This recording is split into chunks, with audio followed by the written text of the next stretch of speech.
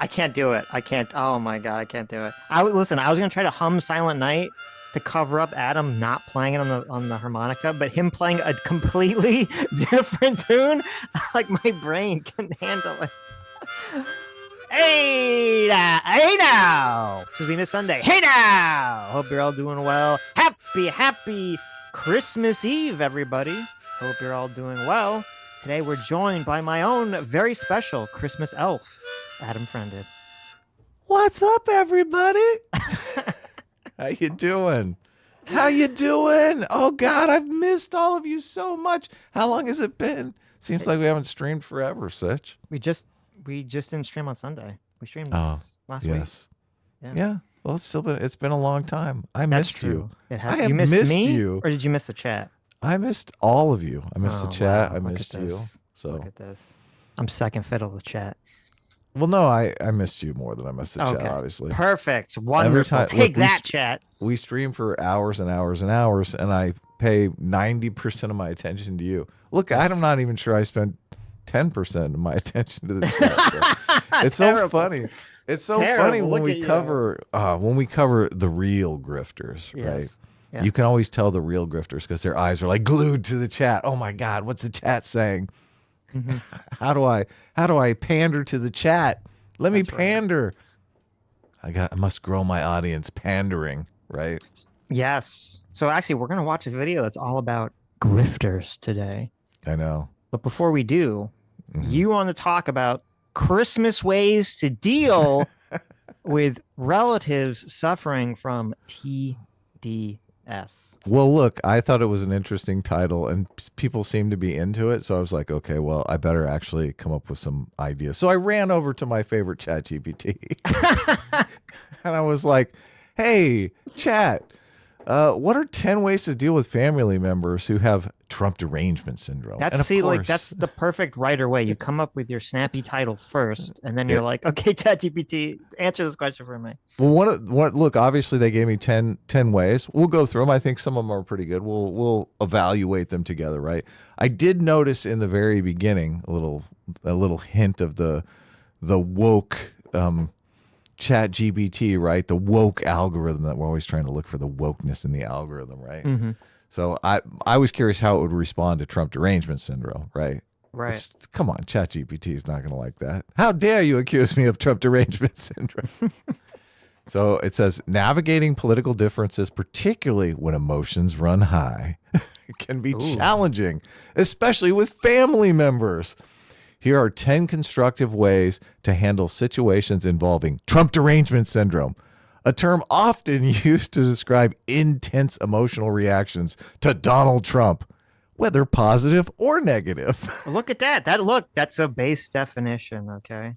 Look, who are these people? So many people, like when we talk about Trump derangement syndrome, so many people are like, well, there's this other type of Trump derangement syndrome, right? These are the Trump sycophants, right? These are the Trump people who can't say anything negative about Donald Trump. They're the cultists, right? True. ChatGPT is on to you. Look, hey, I don't like that term, Sitch.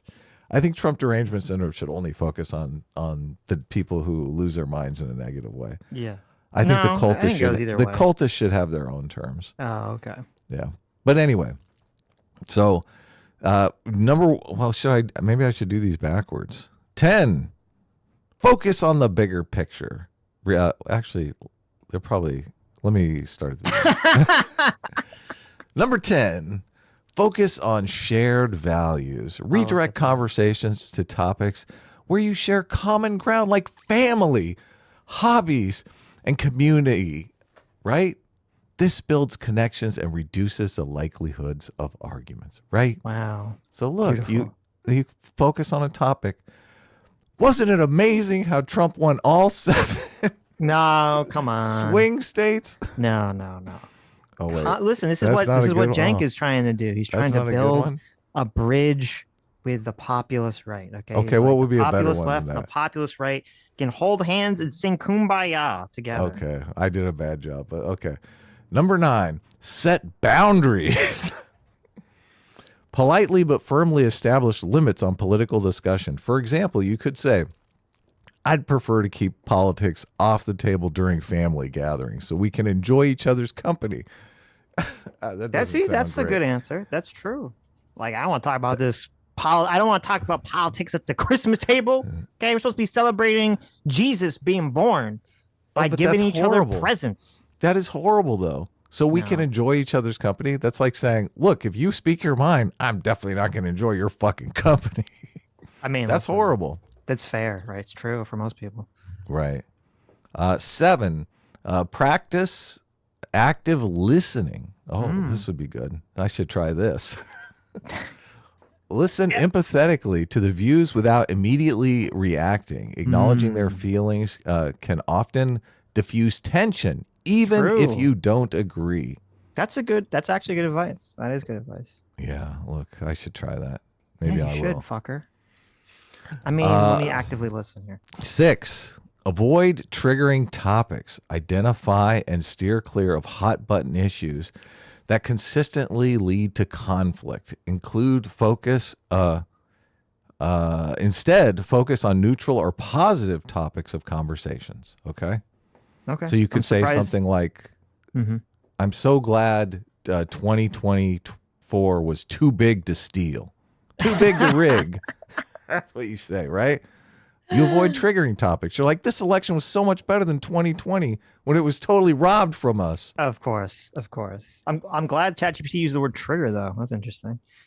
Yeah, look at that. Look, ChatGPT is hip.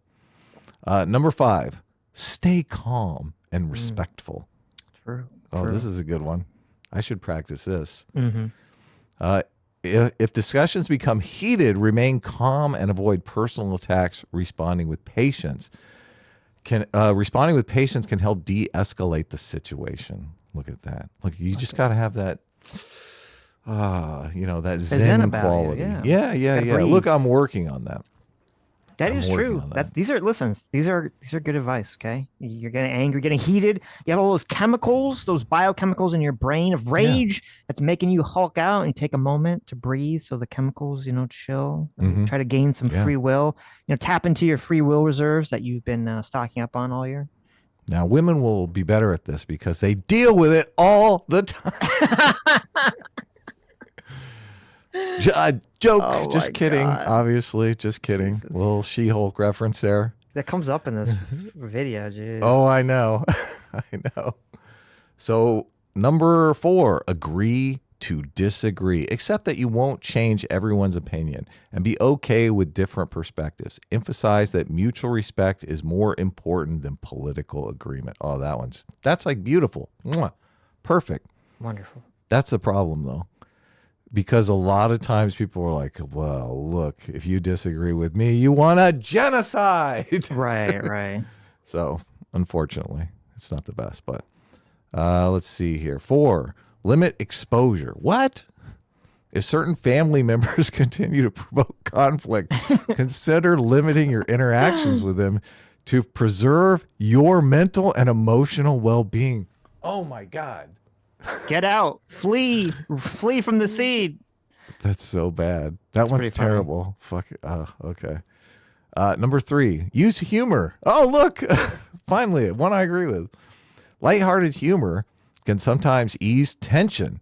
Just make sure that it's not at anyone else's expense, or it's likely to inflame the situation further. That's right. So don't start throwing around the term Trump derangement syndrome, right? No, that's probably not a bad good idea. Number 2, educate through facts, not emotions. Oh, this is completely wrong. Okay, that's the first. This is complete horrible. Loser. Yeah, that's wrong. If a conversation does veer into politics, and you feel it's necessary to share your viewpoint, rely on calm, factual arguments rather than emotional appeals. I mean, it's good, but it's not going to help the situation. Yeah, calm, factual arguments, right? Yeah. I mean, it's just a fact. Donald Trump won the popular vote. It's just a fact. Donald Trump tried to steal the election last time and lost, and this time was successful. Right. That's just a fact. Okay, number one. Focus on the bigger picture. Mm. Be sure to bring up January 6th when Donald Trump Wait, does it actually say did that? a false elector scheme to try and steal the election and end democracy as we know It it. doesn't say that. It doesn't say that. Stop. No, it doesn't say that. Obviously, I mean, that come is on. the bigger This is picture, and you should focus on that. That is good. That is true. That's all okay. true. Focus on the bigger picture. Yeah.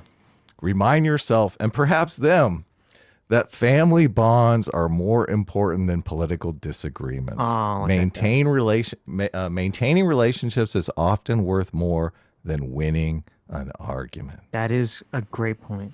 Yes, remember your family is your family. These are the people that are going to stand by your side when through thick and thin. When the shit really hits the fan, these are the people that you'll need to turn to. So Donald Trump is unlikely to answer the phone in that situation. That is true.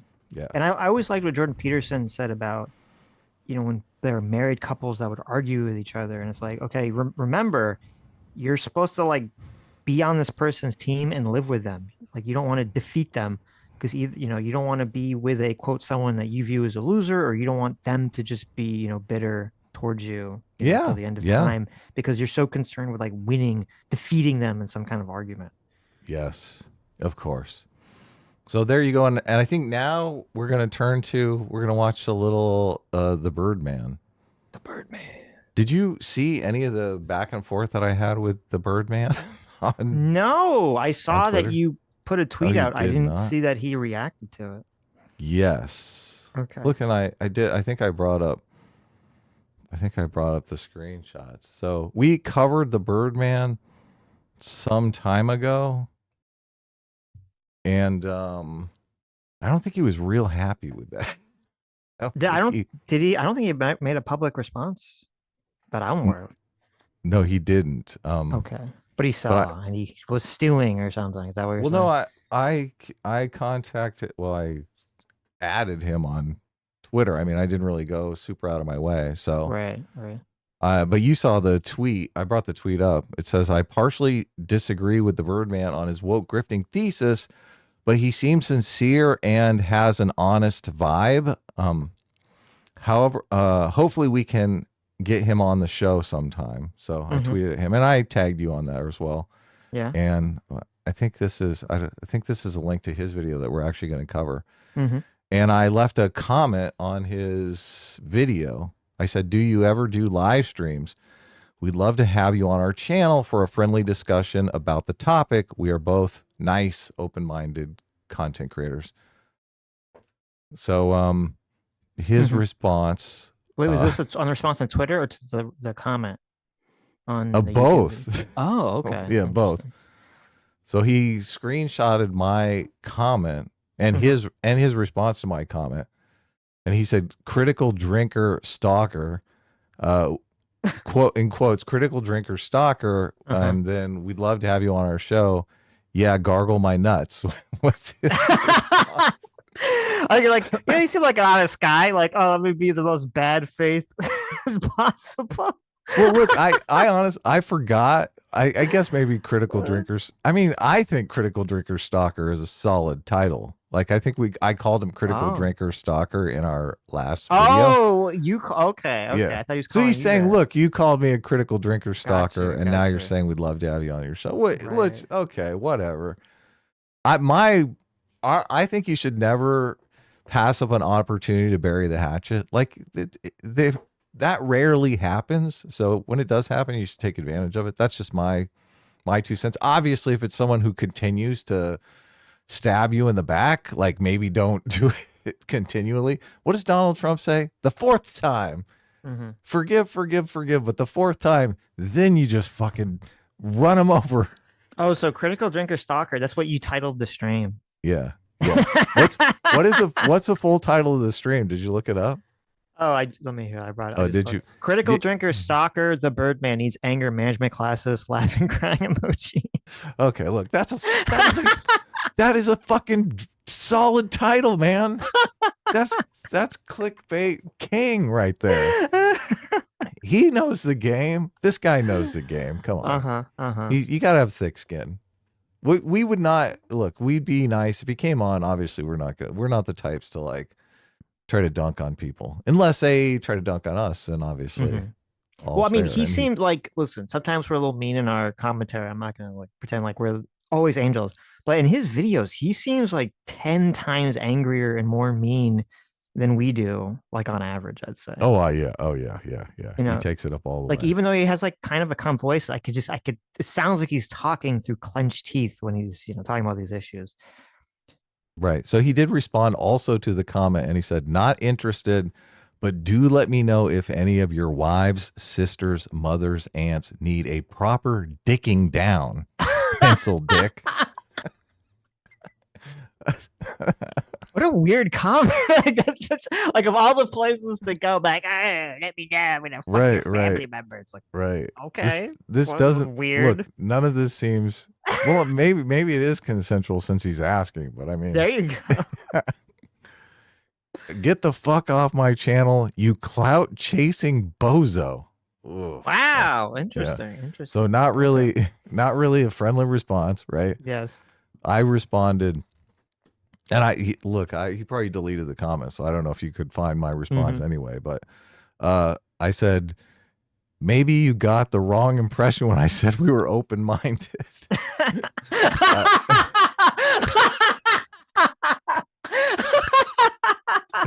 Yeah. I wasn't really thinking That's a perfect response. I wasn't really thinking we would have a fucking orgy with my whole family, right? It's like, geez, okay. No worries. That's perfect. Didn't know if you actually talked to other creators or just did video essays. A lot of guys who don't live stream are just more comfortable in video essay format. And I think that's he streams, but he streams by himself. So I don't know that he actually does live streams with other people. So might be like a quackademic agent situation where he's just like, I want to, who is the other one? Noah Sampson. Yeah. Who went on a live stream one time and just completely got annihilated, destroyed his career. So, yeah. Well, look, it wouldn't be if someone sends this to him. I mean, we're not looking to wreck anyone's career here, obviously. So a lot of people are looking to wreck our career. True. We generally don't give a fuck. So right. But I mean, anyway. I don't know. Most of these, I feel like most of the breadtube adjacent people, they don't. You don't rarely see them do streams with any sort of, I don't want to say contentious, but with anyone that doesn't agree with them. That seems to be the case. So the only stream by themselves are with allies of the cause. What fun is that? Like we've been streaming like 4 years now, 3 years, 5 years. I mean, if we agreed about everything, that would be boring as fuck. Right. Ugh. Of course. I hate shows like that. Where it's just a big hug fest. It's a big hug box. Everyone just sits around. Yeah. Okay. So I guess he doesn't want to talk to us. That's fine. We thoroughly destroyed his arguments in the first video that we covered. So, I get it. Oh, yeah. It's a little harsh, a little too hard. Doesn't want to contend in public. I get it. Yeah. Makes sense. You went through and showed a bunch of places where he clipped Critical Drinker out of context and all kinds of stuff. So of course, that's what they all do. So yeah. I mean, I was giving a lot of leeway with that honest vibe. Well, I don't. I mean, we'll talk about it because this video he has about grifting. Like, I don't think he's grifting in terms of.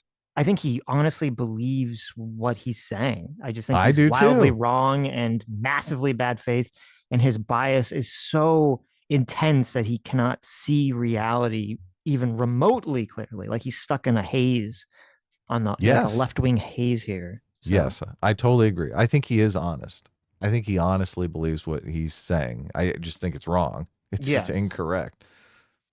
So, okay. You want to say anything before? Are we just going to dive in or? Luke W for $50. Thank you so much. It's incredibly generous. Says, can't stick around for the stream because of my family stuff, but I want to wish a very Merry Christmas to Adam and a very Happy Hanukkah to Sitch. S-Class is still but A-Team's not too bad. Well, Happy Christmas to you. Thank you. Stug for $20 says, I too am too family busy, but Merry Christmas, Happy Hanukkah, embrace tradition, and especially Happy Festivus to us all. Let us perform our feats of strength beneath the Christmas tree of might as we light the menorah. There you go. Yes. Festivus for the rest of us. Look at, we got a ton of super chats, just people saying I can't stick around, but Merry Christmas. So I want to thank all of you for that. Really appreciate it. Yes. So it's kind of cool that you guys are really kind of our extended family. So it is kind of cool that we're doing this on Christmas Eve. That is true. That is true. Malik for $20 says, Merry Christmas, you filthy independents. Nice. Someone finally used independents. I like it. If people drop by our comment section and still call us centrist, and I just think, oh my God. Like, you're so out of it. Anyway. Come on, get with it. Move with the times. Okay. Anyway, so this video from Birdman exposing the grift. What is grifting? So we're going to learn today. What is grifting? Keynesian beauty Keynesian beauty contest is a scenario where individuals base their choices not on their own preferences, but on what they believe others will choose or find appealing.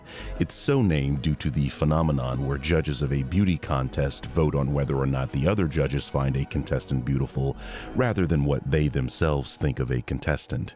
It seems rather counterintuitive, but when this concept is applied to other realms of society, it begins to paint a clearer picture. One example is an election, where a voter may support a candidate they think is most likely to win rather than their genuine preference, to avoid apparently wasting their vote. I think the Republican Party demonstrates... I mean, that's not in the general election. That's only in the primary, right? Maybe. I mean, that would make sense. See people doing that. This is a problem with polling, too. A lot of people think this is an effect in polling. But look, he's a Keynesian. I'm technically a post-Keynesian, so. Wow. Yeah. Is that MMT makes you...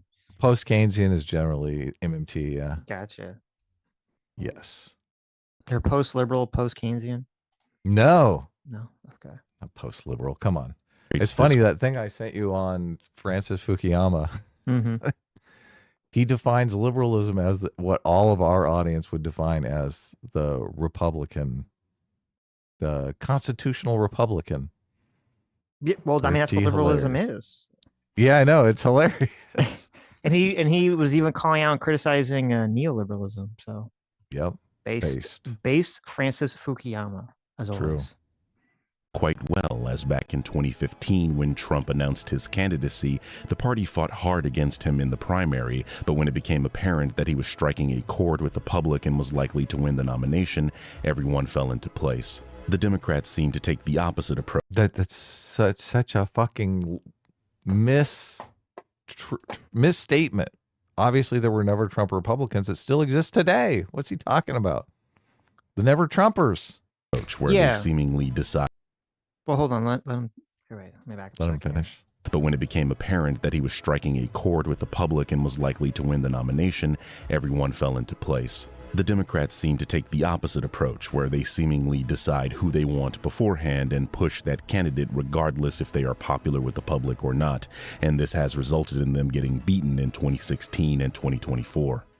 Bernie won every... So I think this is I understand what he's trying to point to, but I think this is a complete misread of the situation. Because what happened with Trump is, when Trump announced, most of the people in like the Republican Party apparatus and most of the right-wing pundits at first, because they thought it was like a joke, a farce. Donald Trump has said that he was going to run for president, a bunch of times in the past and hasn't really done it.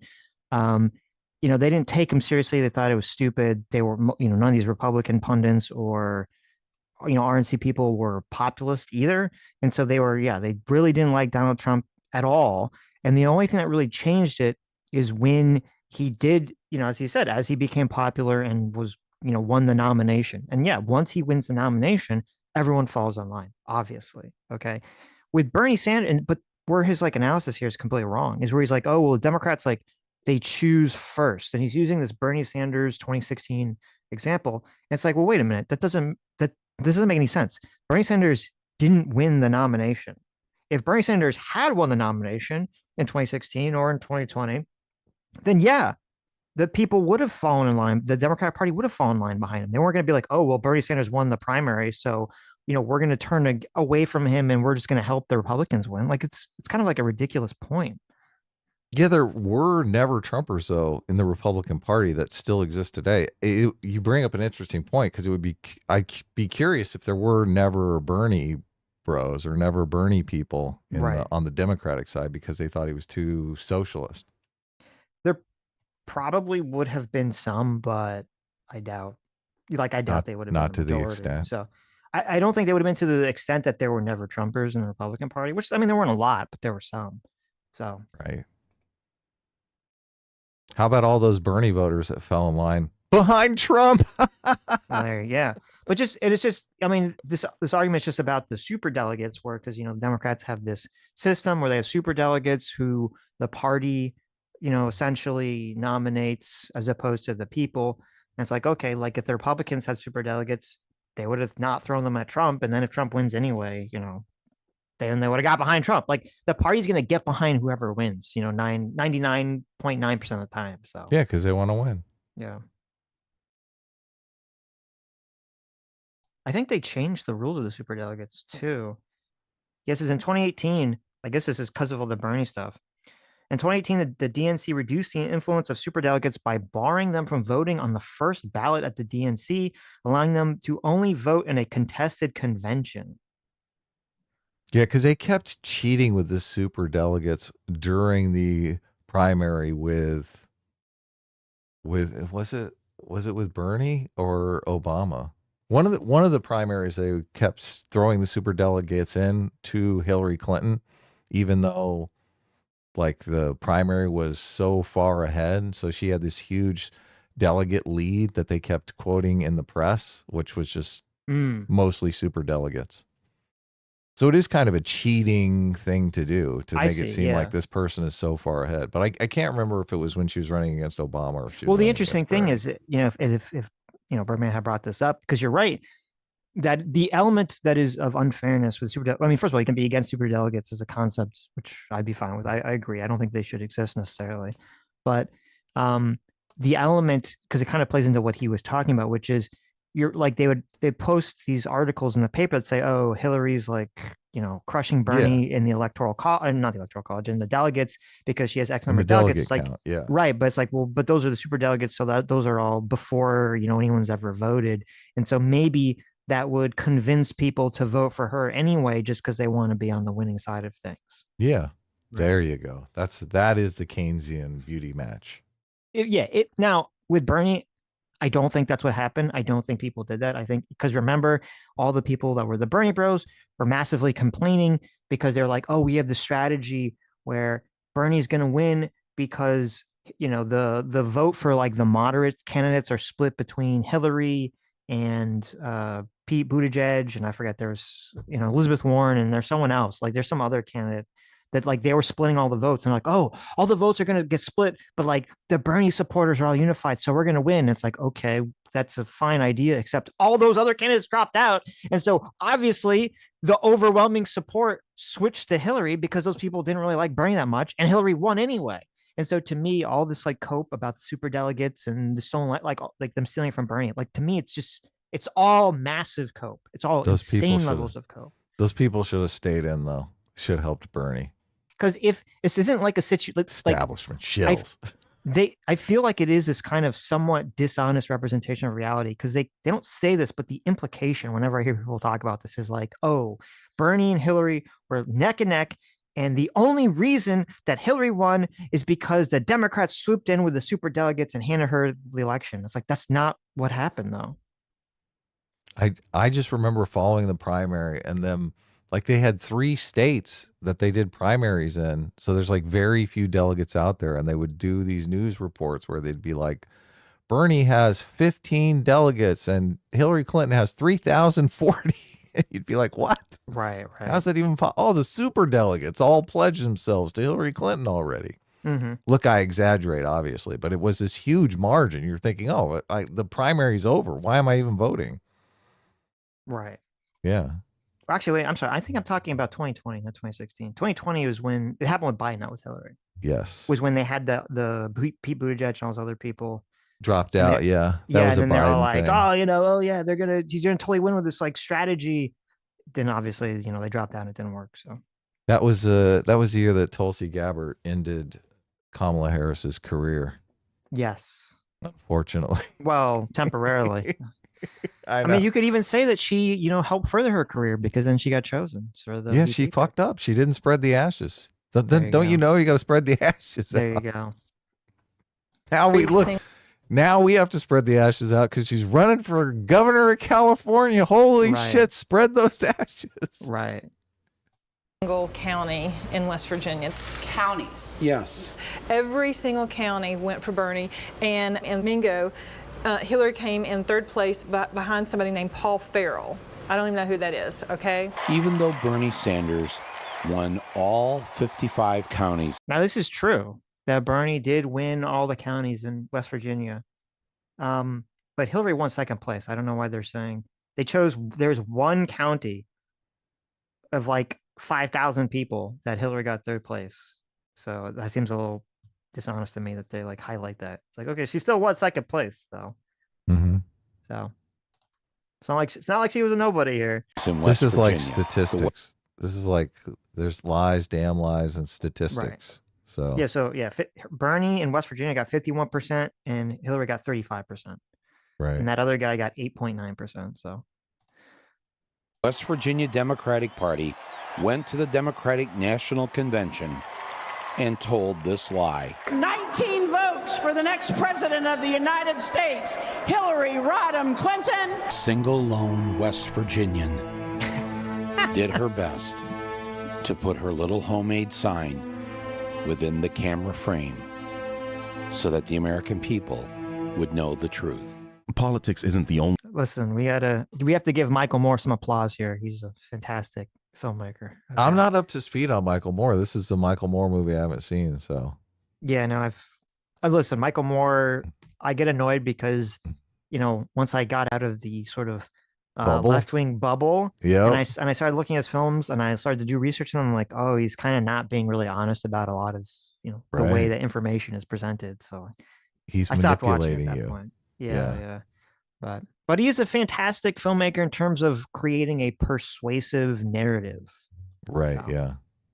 A fictional narrative that unfortunately is in the documentary category. Seems to be the case. Yes. Only area where the Keynesian beauty contest makes sense. The stock market is famous, or infamous, for investors buying a stock they believe others will find attractive, only for that investor to pull out early while the interest is high, making a nice profit in the process. On social media, this concept goes from So I just wanted the last thing about this Keynesian beauty contest thing.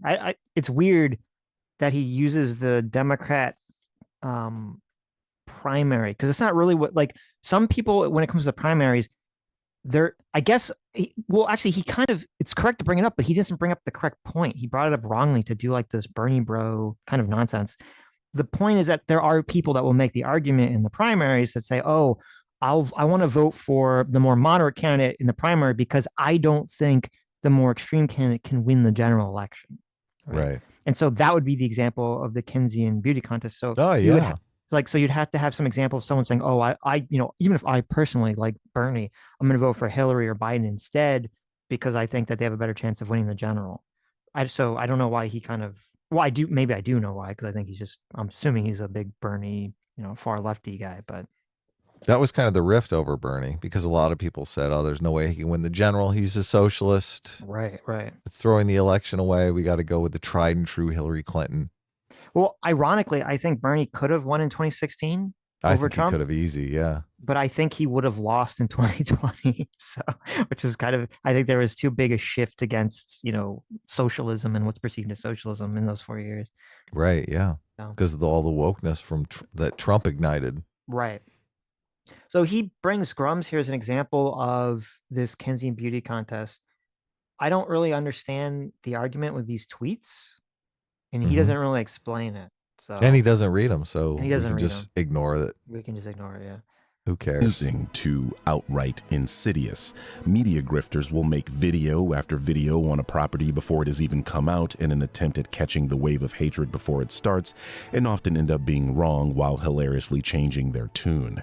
This concept is core to the grift and is a surefire. See, but this is so weird. So he keeps saying this is a grift. like to me, this is like an anti-grift. If somebody they look, it's like a preview or trailer, and they go, "Oh, this looks like it's going to be crap," or "It looks like it's going to be woke," or "It looks like it's going to be bad," blah blah blah blah blah, and they see it, and they go, "Oh, I was wrong. That was actually pretty good, and it wasn't woke, or even if it was a little woke, I still thought it was good." Like, isn't that anti-grifting? How is that a grift? Yeah, of course. New facts came to light, so you Right. changed your position. That's what we want people to do. Yeah, exactly. I mean, the only way it would be a grift would be if you had, now he'd have to show this, which he doesn't, which would be if someone says, "Oh, this is going to be woke and terrible." The film comes out, everyone else likes it, and then they change their opinion to match what everyone else likes. But the example, like, he hasn't shown that. I mean, maybe he's just assuming that's going on, with his powers of mind reading or something. But that's not. I don't think that's what's going on with. I mean, we didn't. The Fallout show is kind of whatever. I don't think that's what happened with the Fallout show. I don't think that's what happened with Predator. Is another example that they always bring up, or Mario, or these things. I think people just saw a trailer. They were in a bad headspace. They saw the movie, because a lot of these videos and these tweets would come out like the night or like the day the movie comes out. So obviously they couldn't necessarily just be like, "Oh, I've already, got all the temperature of the fan base now and like totally switch sides here." There's a couple things about the new Superman that are a bit worrisome. There's that one scene where Superman obviously is like, he's got graffiti on him and somebody throws a soup can at his head, right? Right. And I think James Gunn came out and said that the like bloodied Superman was a metaphor for America. I'm like, oh no. Well, please. listen. Oh, It please, could no. It could be like, hopefully, it's just that America is divided, right? Mhm. Not necessarily yeah. that like one side is correct or wrong, just that America is divided. Oh yeah, And yeah. Superman, just one side. and Superman will like bring together the metaphorical country again. Are you doing the centrist meme? Is that what you're doing? With his amazingness? Okay. Are you With holding up his the sign? superness. Are you doing the centrist meme? No, I'm not doing the centrist meme. James Gunn believes in that centrist meme. That totally How do you know that? centrist meme. You're talking about the meme that has He lives in fucking Hollywood, dude. To be clear, you're talking about the meme that on one side it has the KKK, and on the other side it's just the good people, just the good Superman loving people. Right. And it's like, and the KKK are like, they want to lynch black people, and the other people are like, we want equal rights or something. Yeah, and then the centrist That's, is you like, got it. That's the meme. It's like compromise. Yeah, it's a complete straw man, insane argument. Yeah. So, look, I hope they don't turn Superman into an illegal immigrant that people want to go back to Krypton. Well, the irony is that, but this is why Superman's story is great, because on one hand, he is the perfect American dream. He is a person who is not born in America, not born on Earth, is an actual alien who is, sent to Earth, right? Or immigrates to Earth. Yeah, but totally. then, is completely assimilates into the culture, is raised by kind of like a small town, more conservative cultural attitudes about everything, and becomes a great hero that represents America and American values. All immigrants should scream truth, justice, and the American way. There you go. Yeah. Be great. Superman is the ultimate immigration story. Okay. Fire sign that you're dealing with a grifter when you see it. But what is a grifter? Given that the nature of this series is to expose grifters and their behaviors, you might be wondering why it's taken me so long to define what grifting is. No, you just forgot about it, man. That's a good point. Okay. Yeah. How's that not like the first thing you would do? That just slipped your mind. No big deal. No worries. Okay. I'm often criticized for being too optimistic, and I can see where those people are coming from. Is this guy strike you as an optimist, Sitch? Come on, let's be. Is he saying that like he's optimistic and thinking people aren't stupid, but he realizes that they are stupid, so he has to tell them what a grifter is? Is that what the implication of that statement is? He doesn't strike me as a very optimistic person. He seems like a very pessimistic person. I would agree with that. Yeah. I assumed we all knew what a grifter was, but after making my video on the critical drinker, I noticed quite a lot of people, mostly his fanboys, attempted to call me a grifter which I found amusing, but it also made me realize that people don't know what a grifter is. So today, I'm going to define it for you and provide some examples so that from now on, maybe my comment will be in a video in the future. Well, listen, if he wasn't such a hater, you know, look, Sitch is law, okay? Sitch is law. Most arguments are arguments about definitions. You just don't realize it. Right, yeah. You always got to define these things because Everyone's otherwise like, you're no, gonna get you. stuck. Yeah. No, you're a grifter. Right, right. You're the one grifting. you will Yep. be able to identify when someone is grifting.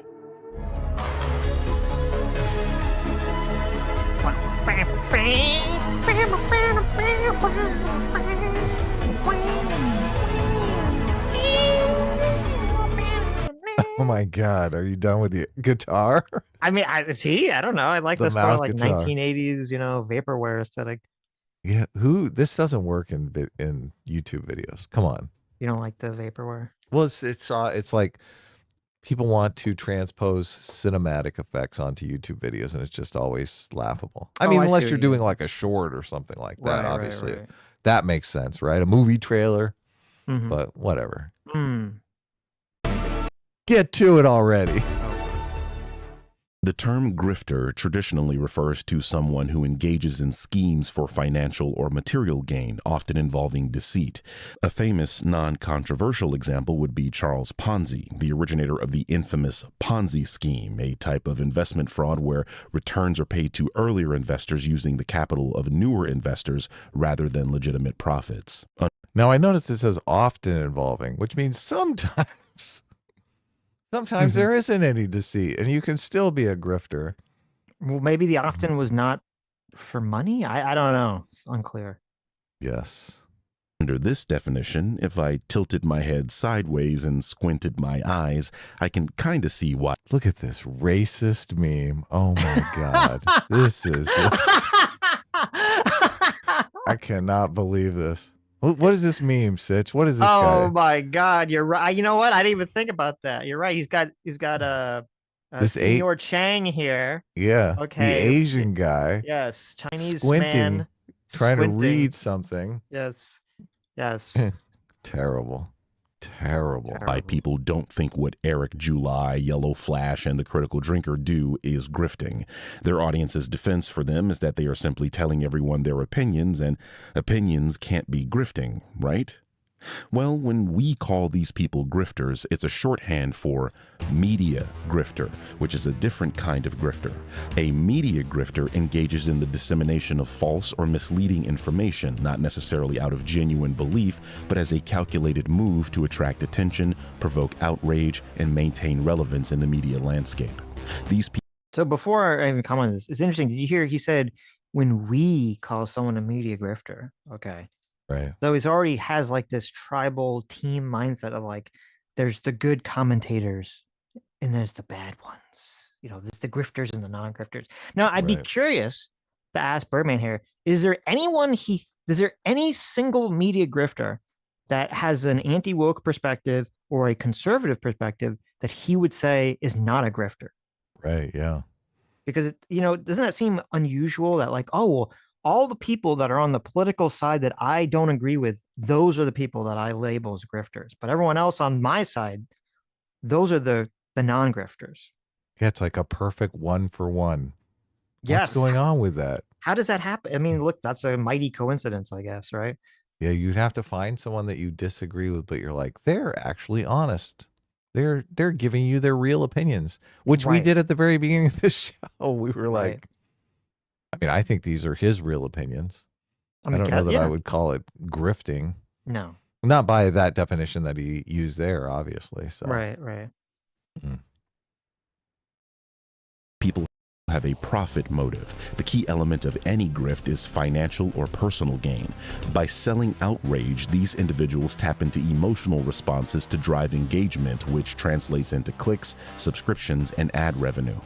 Well, you don't have to be dishonest to do that, though. You can be No. honest and make money. It's True. great.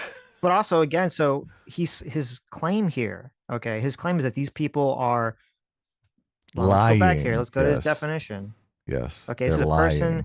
well, actually, I don't know. Wait a minute. Hold on a second. Telling everyone their opinions, and opinions can't be grifting, right? Well, when we call these people grifters, it's a shorthand for media grifter, which is a different kind of grifter. A media grifter engages in the dissemination of false or misleading information, not necessarily out of genuine belief, but as a calculated move to attract attention, provoke outrage, and maintain relevance in the media landscape. So this is very interesting. When he talks, he includes false information, right? Which to me, Right. when you're talking about someone who's grifting, it's not even really, I mean, I think that's a bad definition. It's not that a person is promoting false like information or someone's promoting disinformation. It's a person who is taking a stance on an issue that they don't care about or don't actually agree with in order to make money. So you Yeah. could have someone who is promoting something that's true, but they're like pretending to be on the left or they're pretending to be on the right, and they're framing things or promoting true things in order to, you know, to sell to one political side or the other. Right. Yeah, Like, it sounds like he's saying Critical Drinker loved the Barbie, but you know, he had to act like he didn't like it for his we'll see, that would be an audience. example of grifting, but he doesn't even, he says a person who's promoting false information, which, okay, I mean, he's made it so much harder for himself because now he's going to have to show that these people are promoting false information as opposed to people just have a difference of opinion on something. Well, and the way he frames it, the false information could be your opinion. He's Well, but basically saying that is not your real opinion. right, but he's trying to say, and he even says it here, he's trying to say, he's trying to make some distinction between false, what is like, quote, false information and what is like the grift, right? He's trying to create this difference here. And his definition, well, his definition would maybe have that distinction, but we'll see if he actually can show that in the video. Doesn't he say a different definition than's on the screen here? He Media does. grifter, a person that financially benefits from farming outrage about a media property. That's not what he says. No, What the fuck? well, that's what's interesting. That's the other part that's interesting is, yeah, because when he wrote it out, he left out the whole false information thing. And this is a key difference because you could definitely have someone who, like, it'd be much easier to use this definition because, yeah, there are a lot of people that point this stuff and say, oh, I think something's going to be woke or whatever, we should be mad about XYZ because either woke or it's not woke enough. And you could say, okay, like if that's your definition of a grifter, then that's like a much broader category of people. So it's weird that when he said it, he included the false information, and then now on screen that's like disappeared. Yeah, of course. I'm still outraged about the acolyte. These people have a profit motive. The key element of any grift is financial or personal gain. By selling outrage, these individuals tap into emotional responses to drive engagement, which translates into clicks, subscriptions, and ad revenue. Like the Ponzi scheme relies on. How is this an example? This is so of much. any of it? This is so much confession by projection. Yeah, I don't know. All this guy does is outrage. That is true. To say like these people are bad people and you should, you know, not like them, right? So I want to know where I get that mod in the bottom right hand corner. That's all I'm asking. Where's that mod? there you go. There you go. I like it. Is that for all the characters? That's a good question. They all become busty women, so even if it's like a man voice coming through, it's still, you know, like Doesn't matter. Just doesn't fine. matter. Okay. Relies on enthusiastic and inexperienced investors. This type of grift relies on the gullibility of the audience or the person that's being sold the outrage. Grifters capitalize on the audience's biases and general unwillingness to scrutinize the things they're saying. In a previous video in this series, I spoke about how go woke, go broke was just a cute saying that doesn't map onto reality. Whether or not media grifters actually believe this debunked concept remains a topic of discussion, but what is clear is that It's funny that it talks about debunked is like with the whole go woke, get woke, go broke thing. Because like, yeah, there are examples, obviously, and we talked about it when we reviewed his video. There are examples like Barbie that, you know, very woke, hyper woke movie, did super well, though it's kind of hilarious because he kind of pretends in his own video that Barbie isn't woke. So, Oh, really? Wow. like, is Barbie an example of get woke, going broke failing? Because if it is, then that you understand that would mean that you have to acknowledge that it's woke, right? Because then otherwise your argument makes no sense. Right. That's so good. Yeah, exactly. But so yeah, but there are movies that, you know, I would say obviously Barbie is very woke, it's hyper, you know, radical feminist view of the world, and obviously it did very, very well. but there are also a lot of examples of woke properties that do very, very poorly. You have obviously the Alkalite, She-Hulk, blah, blah, blah, blah, blah. But the problem is like, okay, you get into the problem of like, if you are woke and someone says, but look, the Acolyte did very poorly. She-Hulk did very poorly. Whatever, insert, property someone deemed as woke did very poorly. The woke person will say, well, it only did poorly for all these other reasons that have nothing to do with it being woke. Right. They'll make a bunch of reasons. And then it's the same thing if it is a property that's woke and does well, the anti-woke person might say, oh, well, it only did well for all these other reasons that have nothing to do with the politics. So it is kind of this total crapshoot when people point to it. I think, based on my own intuition here, probably what's more likely is that it's a combination of factors. Barbie was a very visually, enjoyable movie. It did have good acting in it. It had things in it that people would like beyond the message, right? Of course, yeah. And also, I think more importantly, Barbie is like the audience it's aiming for, because Barbie is not aimed at a male audience. It's not aimed at the, nerd audience, the type of audience that would probably be more inclined to not like woke things. It's aimed at mothers and their daughters, okay, who are more inclined statistically to like woke things, or to at least not be bothered by woke things, and not to be bothered by feminism. Where you have like Star Wars Acolyte and She-Hulk and all these other things, like especially the Marvel and Star Wars properties, like that is aimed at an audience, and a lot of video games too. These are aimed at audiences that would have a large subset of the audience would not like it to be woke. Yeah, so of course. It would make sense that that's more audience. Divisive. Yeah. So it's a great point on Barbie. Just Barbie's obviously aimed at a female audience. More females are woke than men, obviously. So it's going to be massively successful, even if it is woke. Well, and obviously, just on the get woke, go broke thing too. We had that story recently where Disney intentionally removed a trans storyline from its TV show. That was the Inside Out TV show, in order to sort of not get bogged down in the woke controversy thing. So to me, that's an example of get woke, go broke being true, because they're trying to avoid that. Maybe you'd even say that the election is an example of get woke, go broke. I don't know. So. Right. Yeah. I mean, Bud Light is obviously a great example. So that's true. That's a good point. Yeah. Giant example. So I'd say if you did a study and looked at all the examples, there's probably far more examples of it being accurate than inaccurate. So I don't know, but the big issue too that he and all these other people neglect is that, when Critical Drinker and other people talk about how wokeness ruins stories, it seems like in a lot of these stories that are woke, it's like the person or the writer or the creators go into it and they'll like sacrifice other elements of the story or storytelling in order to prop up the political message.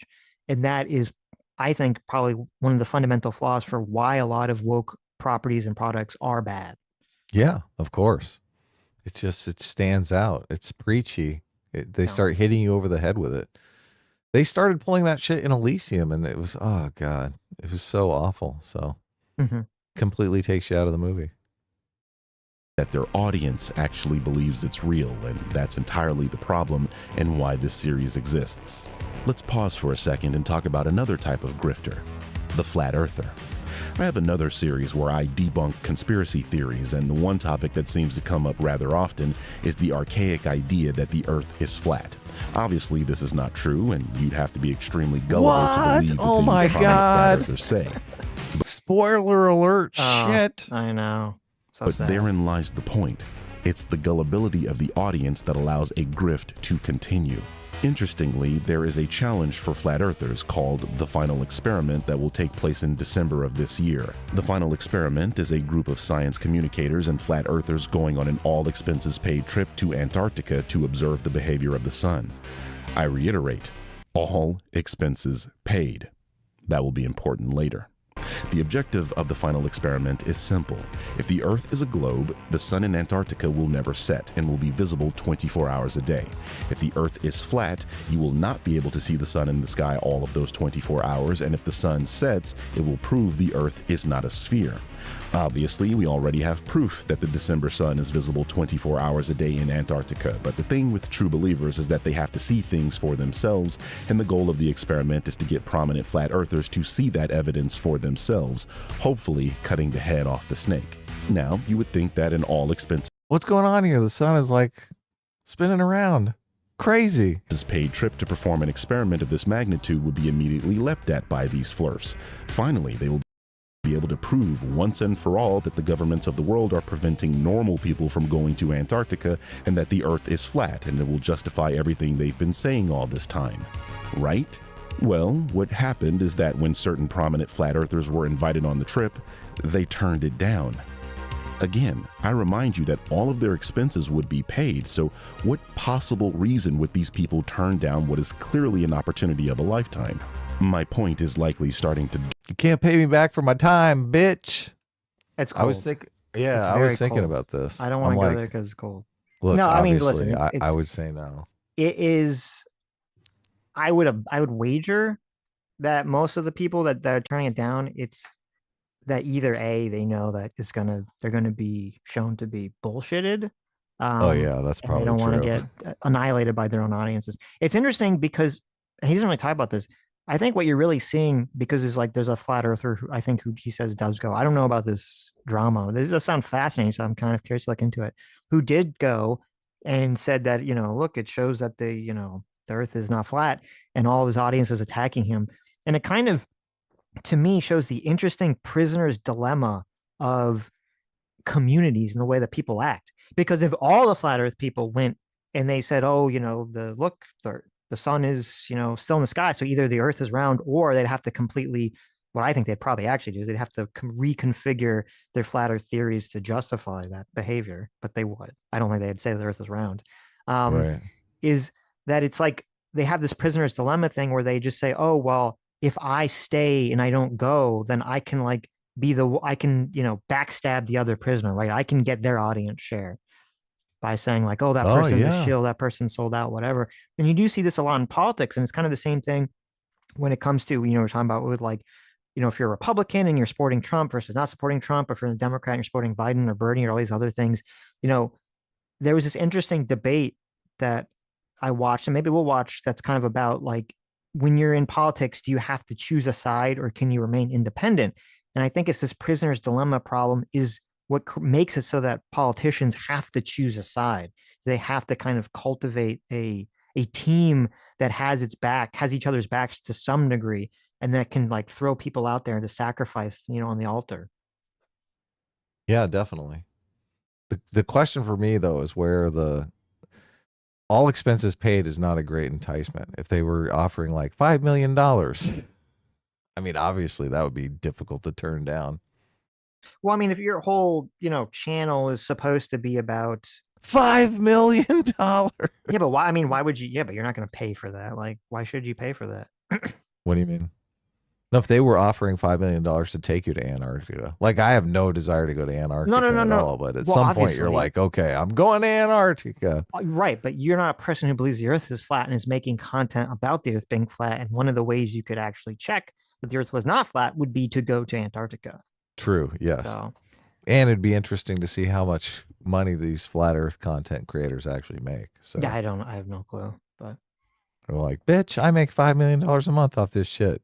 I ain't going nowhere. Well, I mean, personally, I would think it'd be very interesting to watch someone who did believe in the flat Earth go to Antarctica, they change their mind, and then see how their content, like what would their content be about? Like that'd be a very interesting story arc for me. But I don't believe any of this nonsense anyway, so I wouldn't be mad about it. Dawn on the more. The interesting comparison is he's saying this is basically what these movie critics are doing. They're like the flat earthers. That's the level of deception they're engaging in, which is just, I mean, crazy.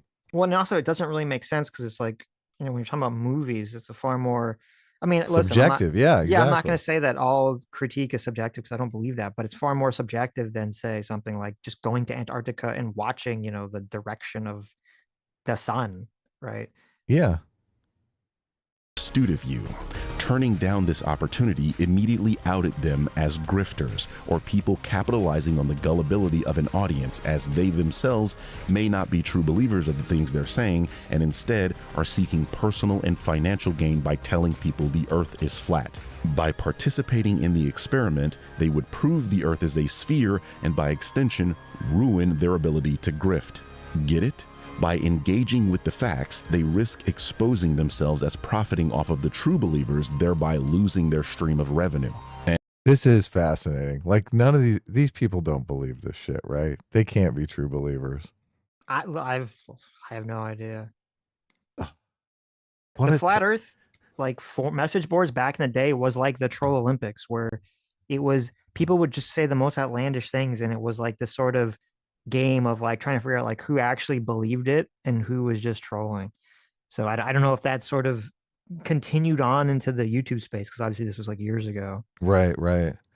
I mean, this would be fun for a couple live streams, but can you imagine like day in, day out, just pretending that you believed in the earth was flat? Oh my That's God, terrible, that I is like know. a nightmare. Yeah. I cannot fathom. All of these people are dead inside. Well, this crazy lady looks like she probably believes it. So DJ Curious, he looks like he knows. He's like, what has my life become? Oh my God. I'm lying on the internet for super chats. and this has already happened. Austin Whitsitt, a flat earther with a sizable channel here on YouTube and one of the participants of the final experiment, was called a shill by his own fans, with some going as far as to claim he'd been paid off by the organizer of the trip. It got so bad that Austin had to address the claims outright, where he admits the sun doesn't set and tries to prove they are in fact in Antarctica, while his former fans harass and chide him for being a part of the nebulous they. You know, I'm sitting right here telling you that it's real. And so if all of a sudden I'm an actor, I'm a shill, whatever, you're just ridiculous. Okay, everyone knows. You know that I'm not. You might say, this poor guy fell for it. Holy shit. He fell for it. They really flew him out to Norway, and he believed it was Antarctica. What a fool.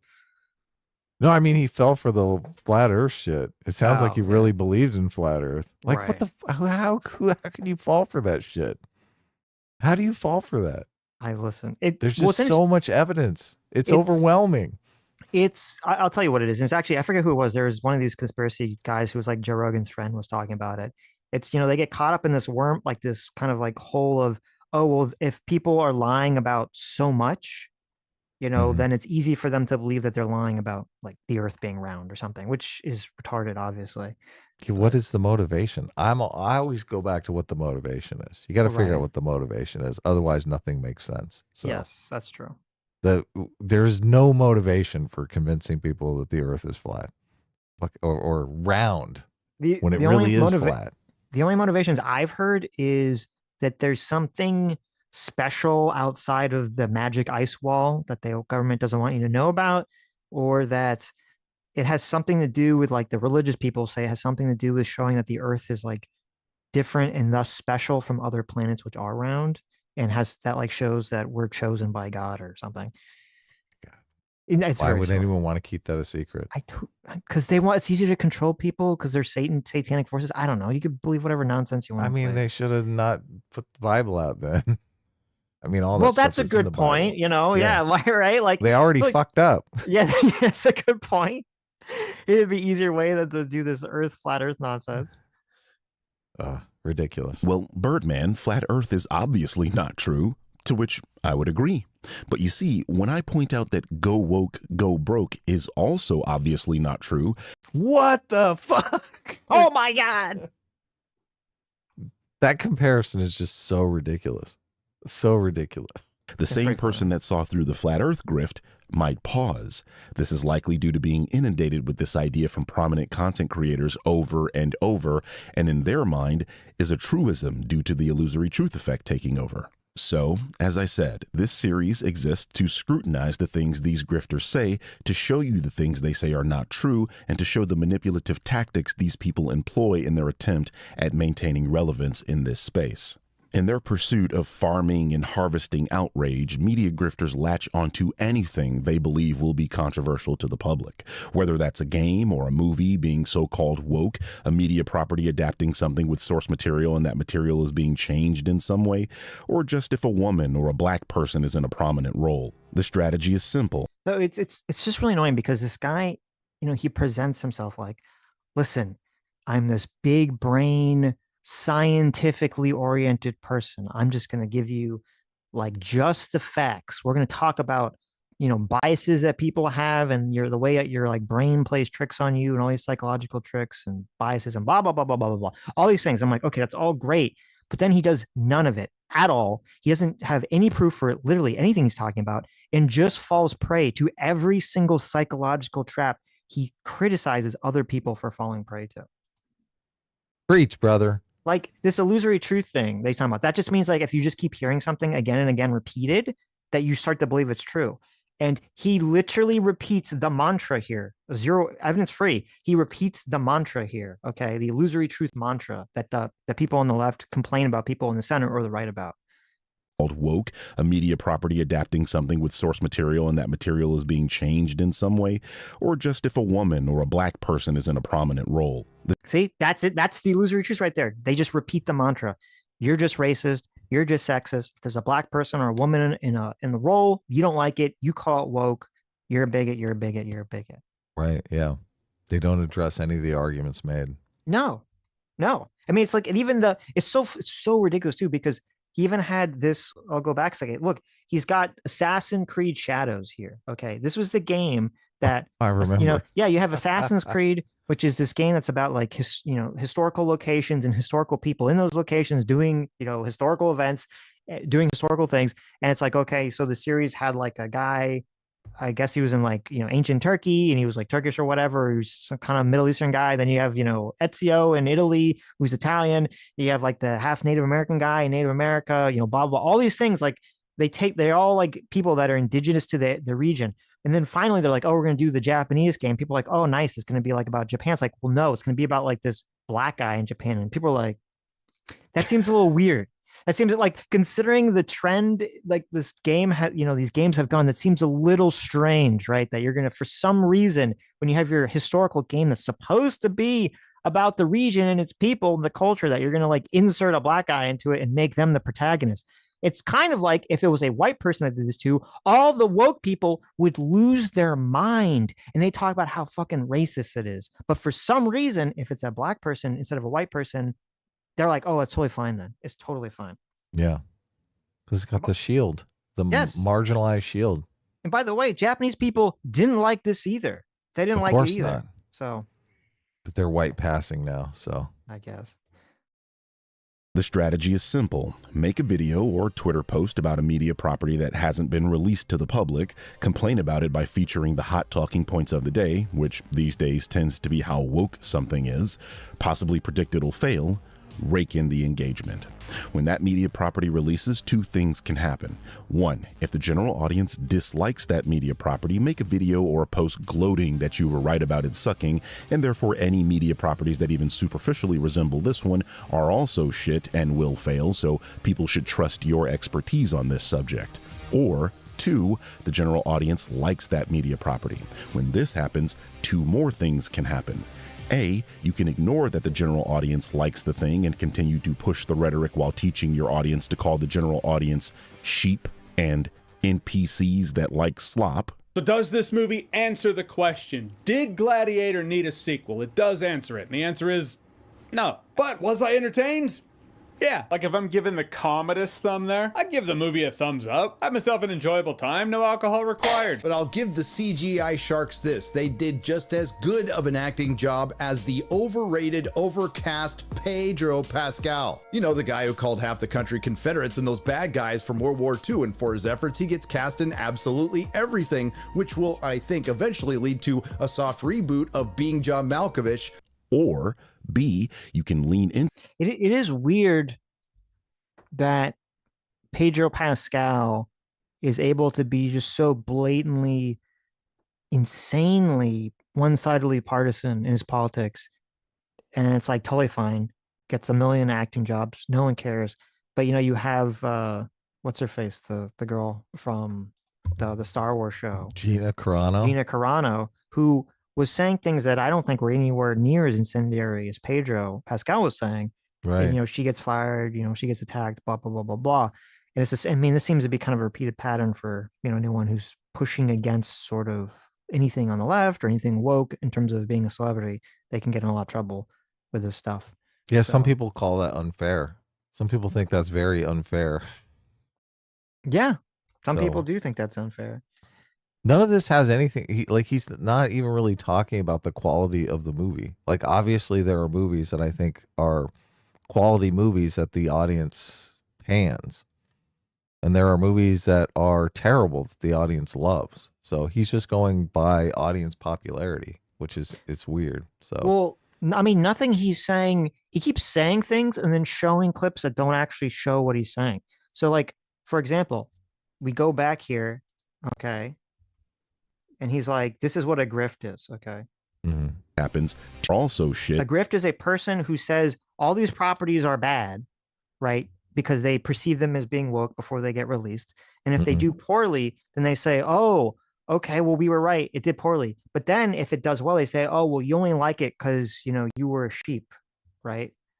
PCs that like slop. So does this? Okay. So then he's going to show a clip of Neurotic. Is this what Neurotic says? Does he say that only like the sheep like it because they like slop? There, I'd give the movie a thumbs up. I have myself an enjoyable time. No alcohol required. But I'll give the CGI sharks this. They did just as good of an acting job as the overrated, overcast Pedro Pascal. The guy who called half the country Confederates and those bad guys from World War II, and for his efforts, he gets cast in absolutely everything, which will, I think, eventually lead to a soft reboot of Being John Malkovich.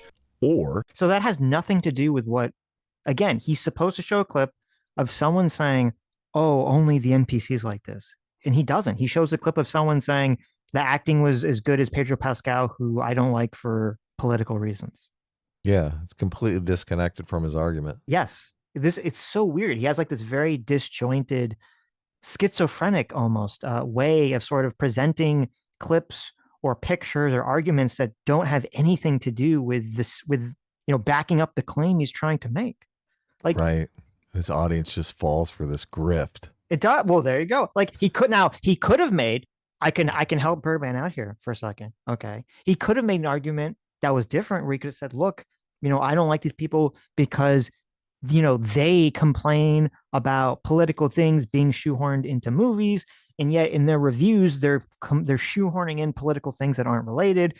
And even though I haven't seen Gladiator 2, but so I'm assuming there's not like a political context there, but assuming there's no political context in Gladiator 2, you could be like, oh, well, look, Neurotic, how dare he shove his own politics into the review of this movie that has nothing to do with politics. Yeah. Right? Like there's an argument, which by the way, I would not agree with that argument, but I'm just saying he could have at least made that argument if he was trying to make some kind of fucking argument. B, you can lean into the like of the general audience and pretend it wasn't woke, and that's why it did well. I mean, Peach is just like, there's literally, Peach has done nothing but be stoic and smart and powerful and... Poor Jeremy. They always throw in Jeremy, but does Jeremy even do like regular movie reviews? Like Jeremy is not really a critical drinker or a nerdrotic or anything like that. I mean, he just talks about like geek fandom stuff, right? Yeah.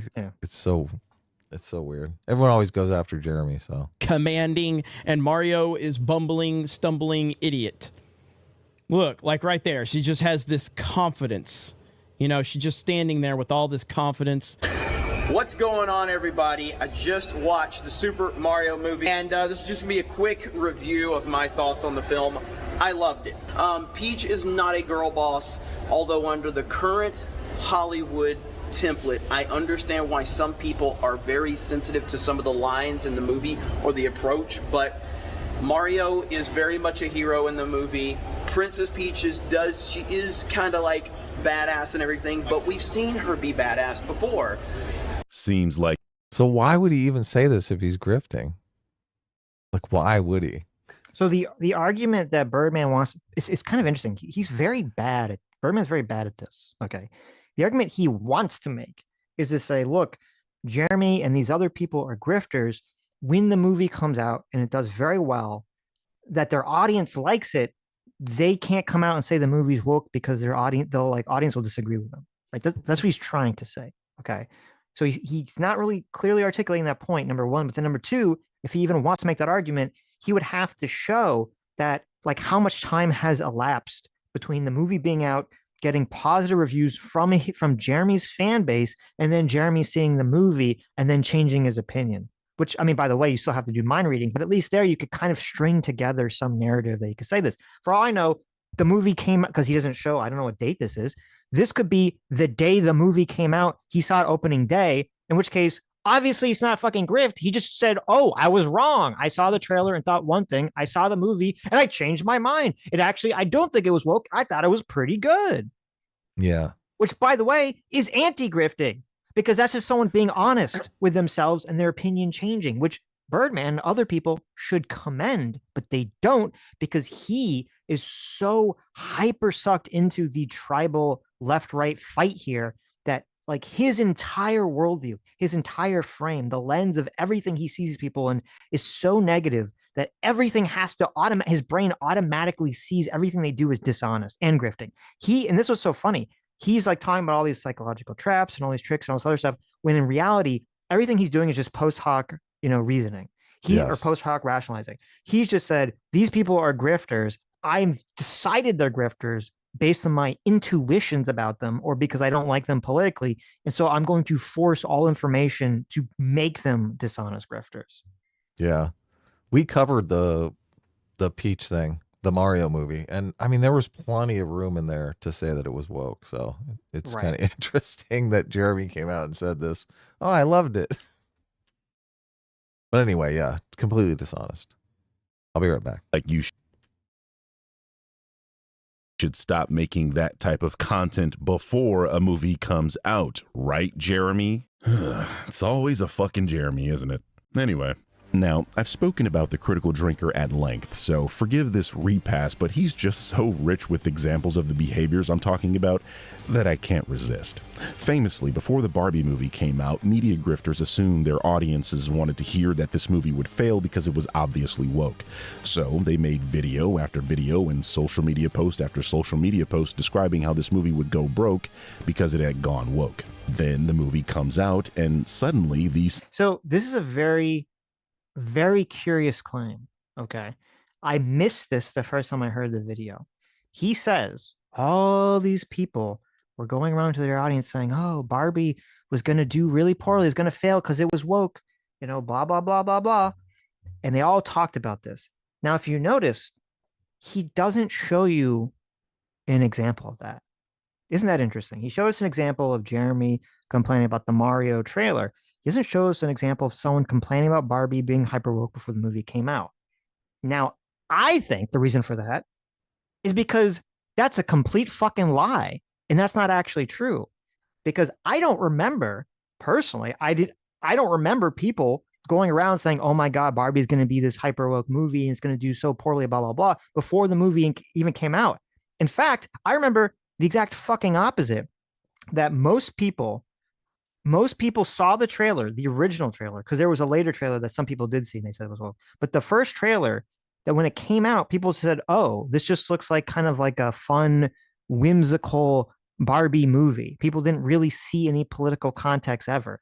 There was a trailer that was released later that not that many people saw, which was like the 2001 trailer. And some people were like, oh, I wonder if this is political. And they're like, well, maybe it is, maybe it's not. The first trailer seemed very not political. It's also a Barbie movie for children. So people assumed it wasn't going to be political.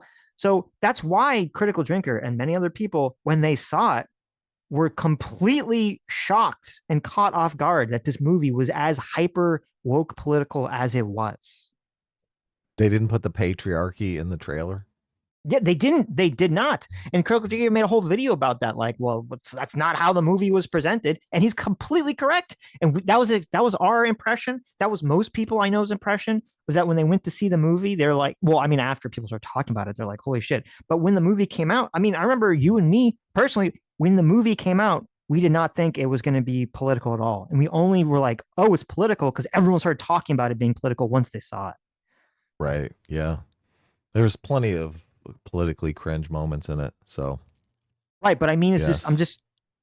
we didn't, most people didn't know it was going to be a super No, like of hyper course feminist not. movie before Yes. it came out. Yeah. So to frame it this way doesn't make sense. And then also, it also doesn't make sense with Birdman's thesis here, because if the whole thing is supposed to be, oh, they say it's woke, and then if the movie does well, they change their They mind. pretend it's not woke. Well, yeah, they pretend it's not woke.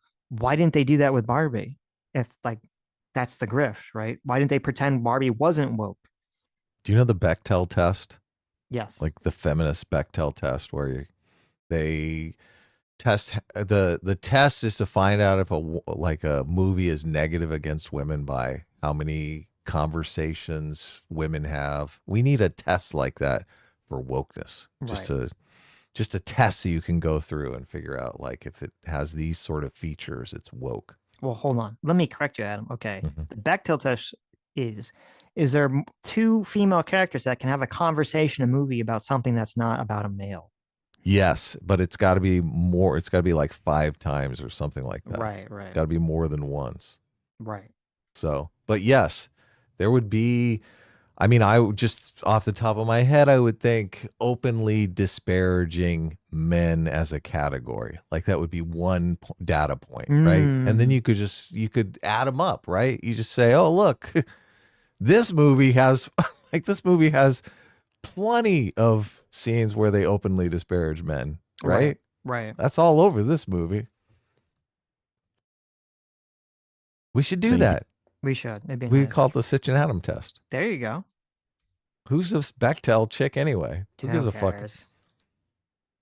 These same people began scrambling for excuses for the film's success. You know, Scrambling for excuses? Come on. Come on. obvious cope. But the critical drinker did something strange. He decided to push the idea that the movie hated men. What none of us expected was a So again, he does the exact, like, he's so weird. He's so bad at this. He makes an argument, then he immediately shows a claim that has nothing to do with the argument, right? He's like, oh, so his whole thesis is when, the movie comes out and it does well, they have to pretend it did good.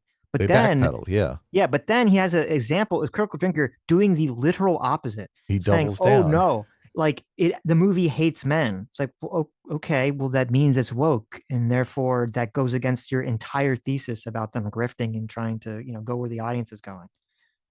Right. It's crazy. He's so weird. He's so bad at this. 114 minutes of spiteful, bitter, mean-spirited, borderline unhinged hatred of men and everything even vaguely associated with them. Barbie is like the deformed, mutated rage child of Captain Marvel, Ghostbusters 2016, and She-Hulk. It is pure brain cancer in movie form, and I was genuinely shocked by the sheer, undisguised contempt this film has towards 50% of the human population. You see, Drinker and also, again, some dishonest editing from Birdman here is Critical Drinker's video, as you can see in the thumbnail here. Let me go back a second. Barbie is like 14 minutes. Yes, cope. But the Critical Drinker... As Critical Drinker's video title, you can see Barbie, the greatest lie ever told. The lie that Critical Drinker is talking about is that when the movie trailer came out, people did not think it was a political movie. That's the lie that Critical Drinker is talking about, is that they show up the movie, they're like, whoa, what the fuck? This is like, the marketing team knew to not make it super hyper political.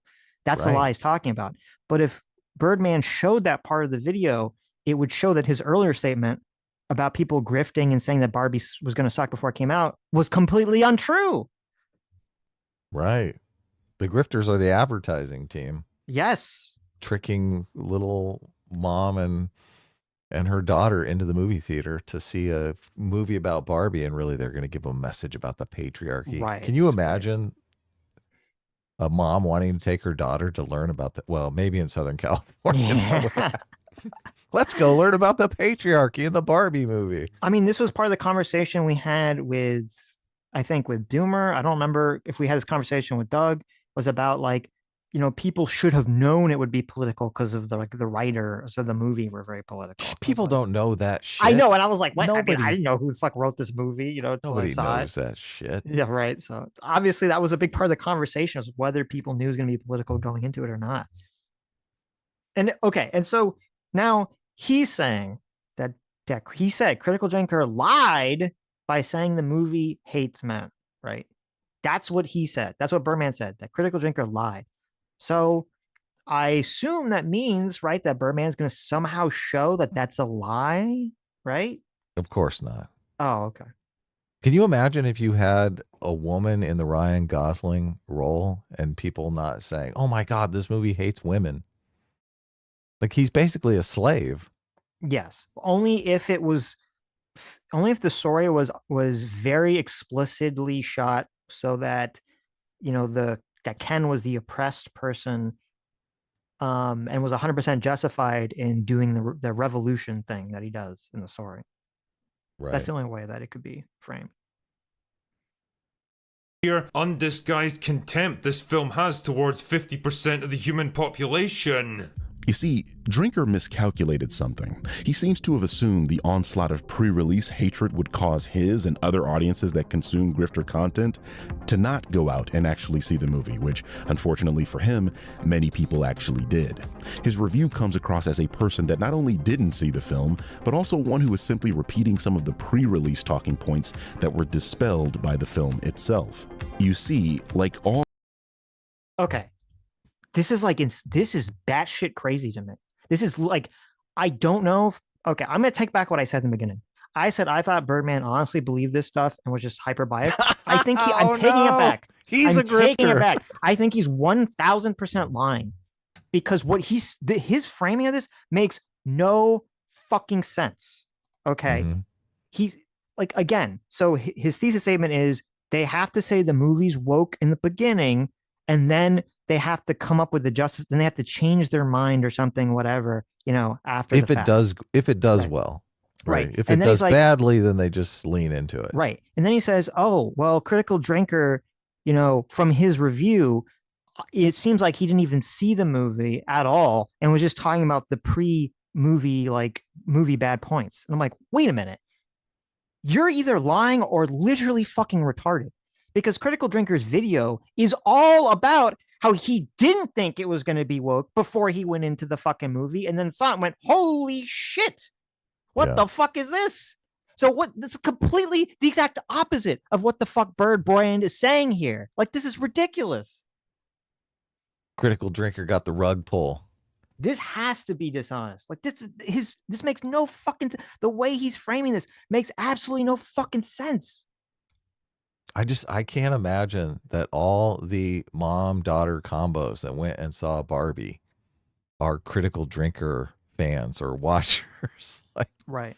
That seems ridiculous to me. So right. And he says, so Critical Drinker's points make it sound like he didn't see the movie because the movie dispels them. I'm sorry. Are you going to show how the movie dispels that it doesn't actually have negative feelings towards men? You'd have to show the specific arguments that Critical Drinker made that made him feel that way, and then make a counter argument to show that either that's not in the movie or that there's a different interpretation of the film that he's wrong about. Right? There's so many places in the movie that disparage men, though. It's impossible to do. Obviously, Critical Drinker is correct. The movie is very anti-male, like 100% anti-male. The movie is a literal radical feminist fucking piece of propaganda.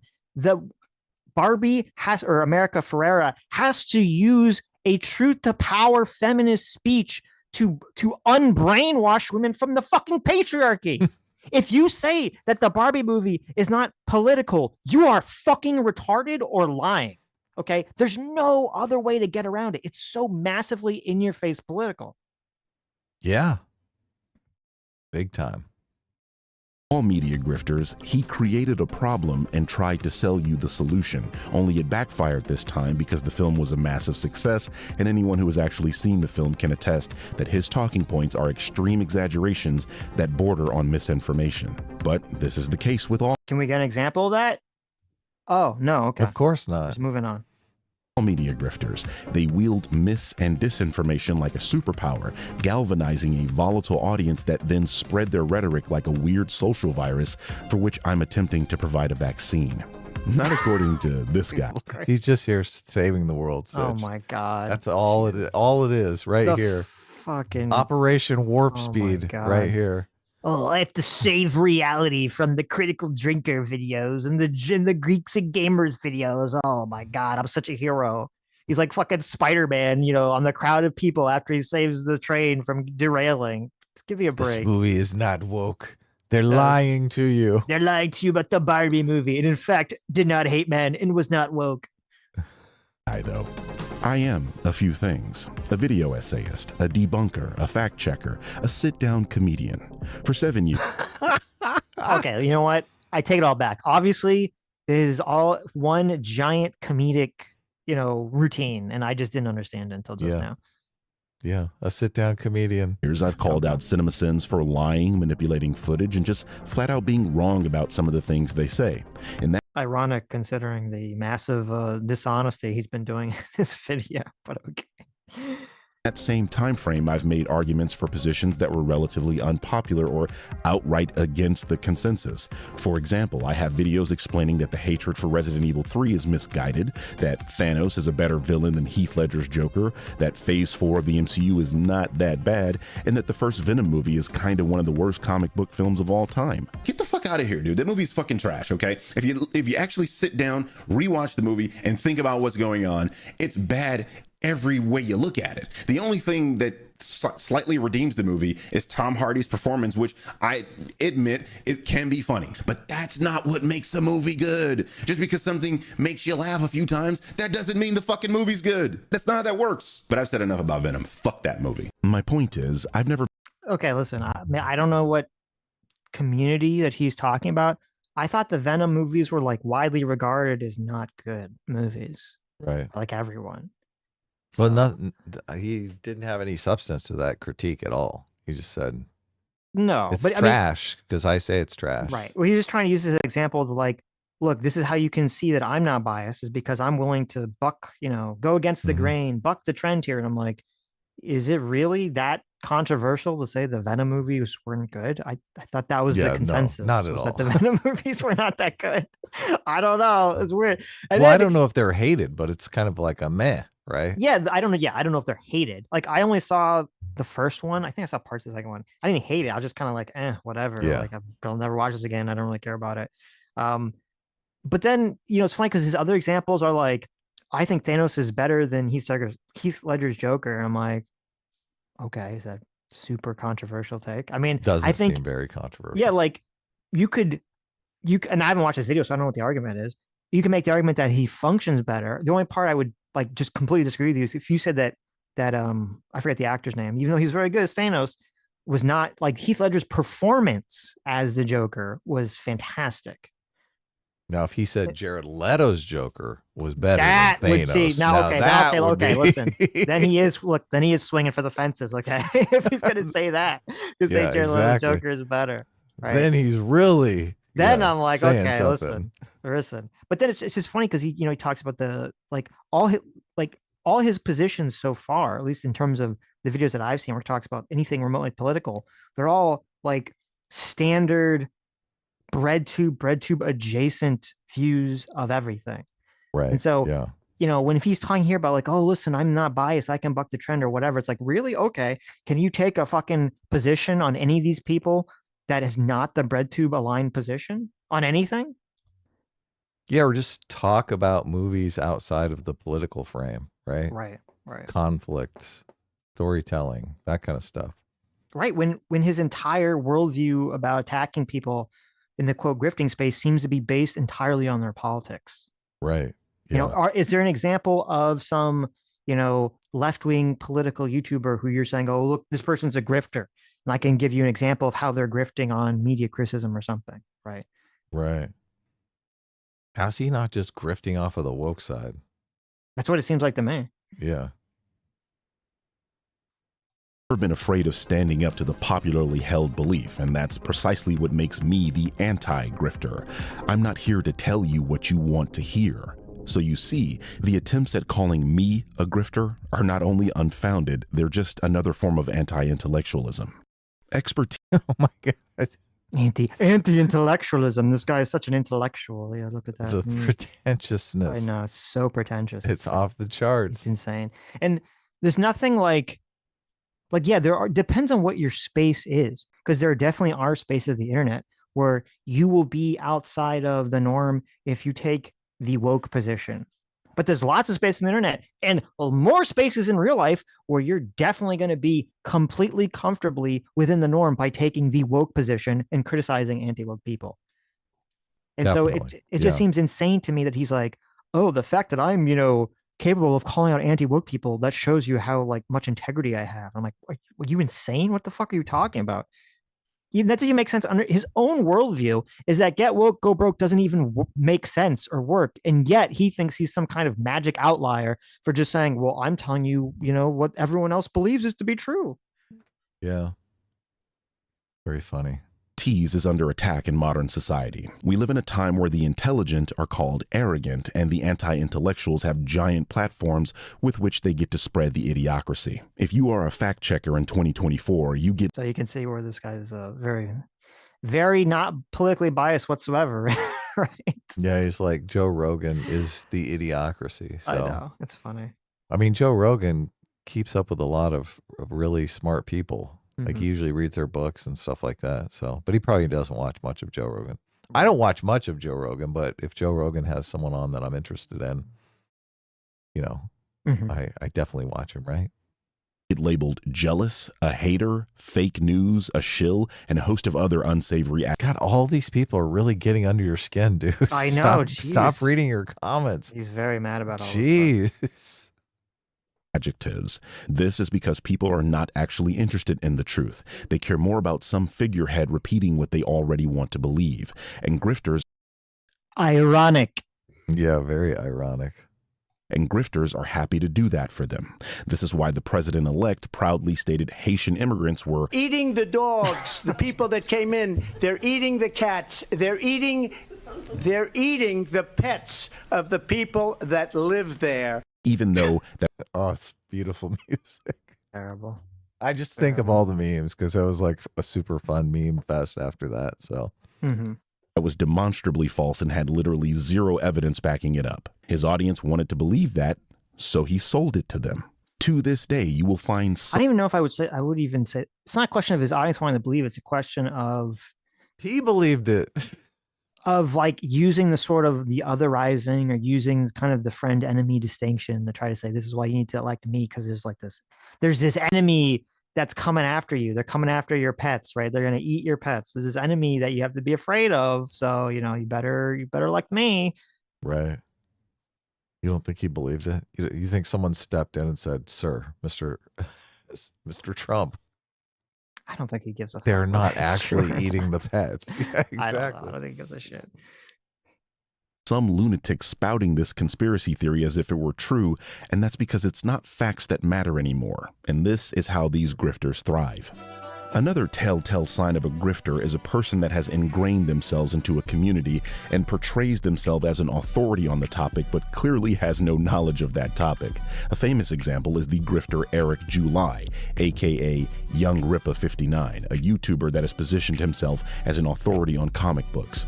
He uses this feigned authority to grift on the hatred of the MCU, and he famously flip-flopped on his like of Miles Morales when he realized he could grift on the racist hatred of a black Spider-Man. Okay. He's really got a hate boner for Eric July. That's right, for sure. Yeah. Right. But you see, look, at least in this part, okay, he actually shows a clip evidence, I know, of what he's talking about. This is the only time he ever shows a clip of what he's talking about. Everything else, which since he did it here, that leads me to believe he doesn't actually knows have what he's doing for any of the other fucking claims he's talking about. Yeah, this is a super interesting clip. And I was like, wow. This is the only part of the video that I actually liked. I was like, wow, okay. I had not seen this clip of Eric July. So he digs up a clip of Eric July. That's not very flattering, obviously. And he's talking to Bob, who we've had on the show, who is massively dishonest. Yeah, Bob is not the greatest, definitely.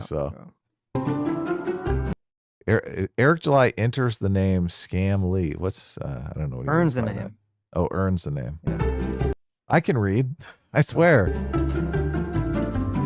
Oh, look, he didn't even dig it up. He's like footage courtesy of Shillcast. He got it from Bob and Oh, okay. Dane, right? That's the other guy's name. Oh, yeah. Yeah. Eric July's commonly known opinions on Miles Morales. Look, Eric July, I guess he doesn't like Miles Morales. I think Nerdrotic doesn't like Miles Morales either. I think the Miles Morales thing is based on some sort of like trademark problem with keeping Peter Parker or something like that, or not, or Spider-Man going into the public domain. Do you know about this stuff?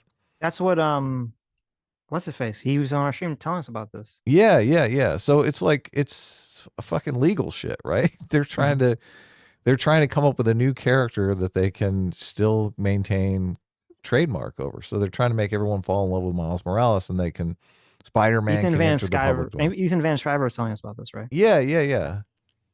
So look, that makes sense to me. I mean, it is what it is. It's capitalism, baby. Right. But I like Miles Morales, and I don't care if he's black or half black or whatever. I thought they did a good job with the character. So whatevs. Mm-hmm. And I'm not sure I've even seen Critical Drinkers videos on Into the Spider-Verse. So, but I'd imagine, yeah, he's not ripping into them as hating all men. Right. Have a million spider folk, which doesn't even make sense when you consider Peter's origin. I define everybody that's not Peter Parker as an unoriginal Peter Parker. Talking about Peter Darker. Fun fact. Peter Darker. That's pretty funny. Pretty terrible, but pretty fun. Yeah. Eric used to like the character, even saying he's more than just a black Peter Parker, but he changed his tune when he found out he could make more money pandering to racist comic book fans who hate Miles Morales. Ooh. You're just That's quite the accusation there, right? Well, so the accusation is if you don't like any character who they change the race or gender of, it's because you're a bigot. That's the only possible reason you don't like the character. Well, I think if you are a bigot, you probably don't like it, but right. I do think there are other reasons that non-bigots would not like it. Yes. Specifically if they do a shitty job with the character, right? Right. Yeah. Which is funny because I think even, unless I'm misremembering, I think even Birdman in his video acknowledges that when Miles first came to comics, he was kind of a shitty character. Oh, really? Wow. Okay. King shit up, ha ha ha. Did you used to like him? Not judging or whatever. Just curious. No. Do you like Miles Morales then? No. Yeah, some characters have been written decently that are of different races and have suited up in the suit of a hero or a version of that hero. One of the more obvious is Miles Morales as Spider-Man. Morales has his own background. This is far better than just simply making Peter Parker a black guy. But Miles is an exception, make no mistake. I define everybody that's not Peter Parker as an unoriginal Peter Parker. Eric likes to criticize comic book. So look, he changed his mind or whatever. Right. Well, I would like to dive into the substance of these claims. Right, like, right. What is... Sounds like he did a little bit dive into the substance of that, saying that he has his own background and whatnot. So it's not just a mere image of Peter Parker's background. Well, I'd be curious because, like, if I type in Eric July, Miles Morales on the YouTubes, the oldest video, I mean, because they said that video was from 2018. The oldest video that I can find on it is from 2019.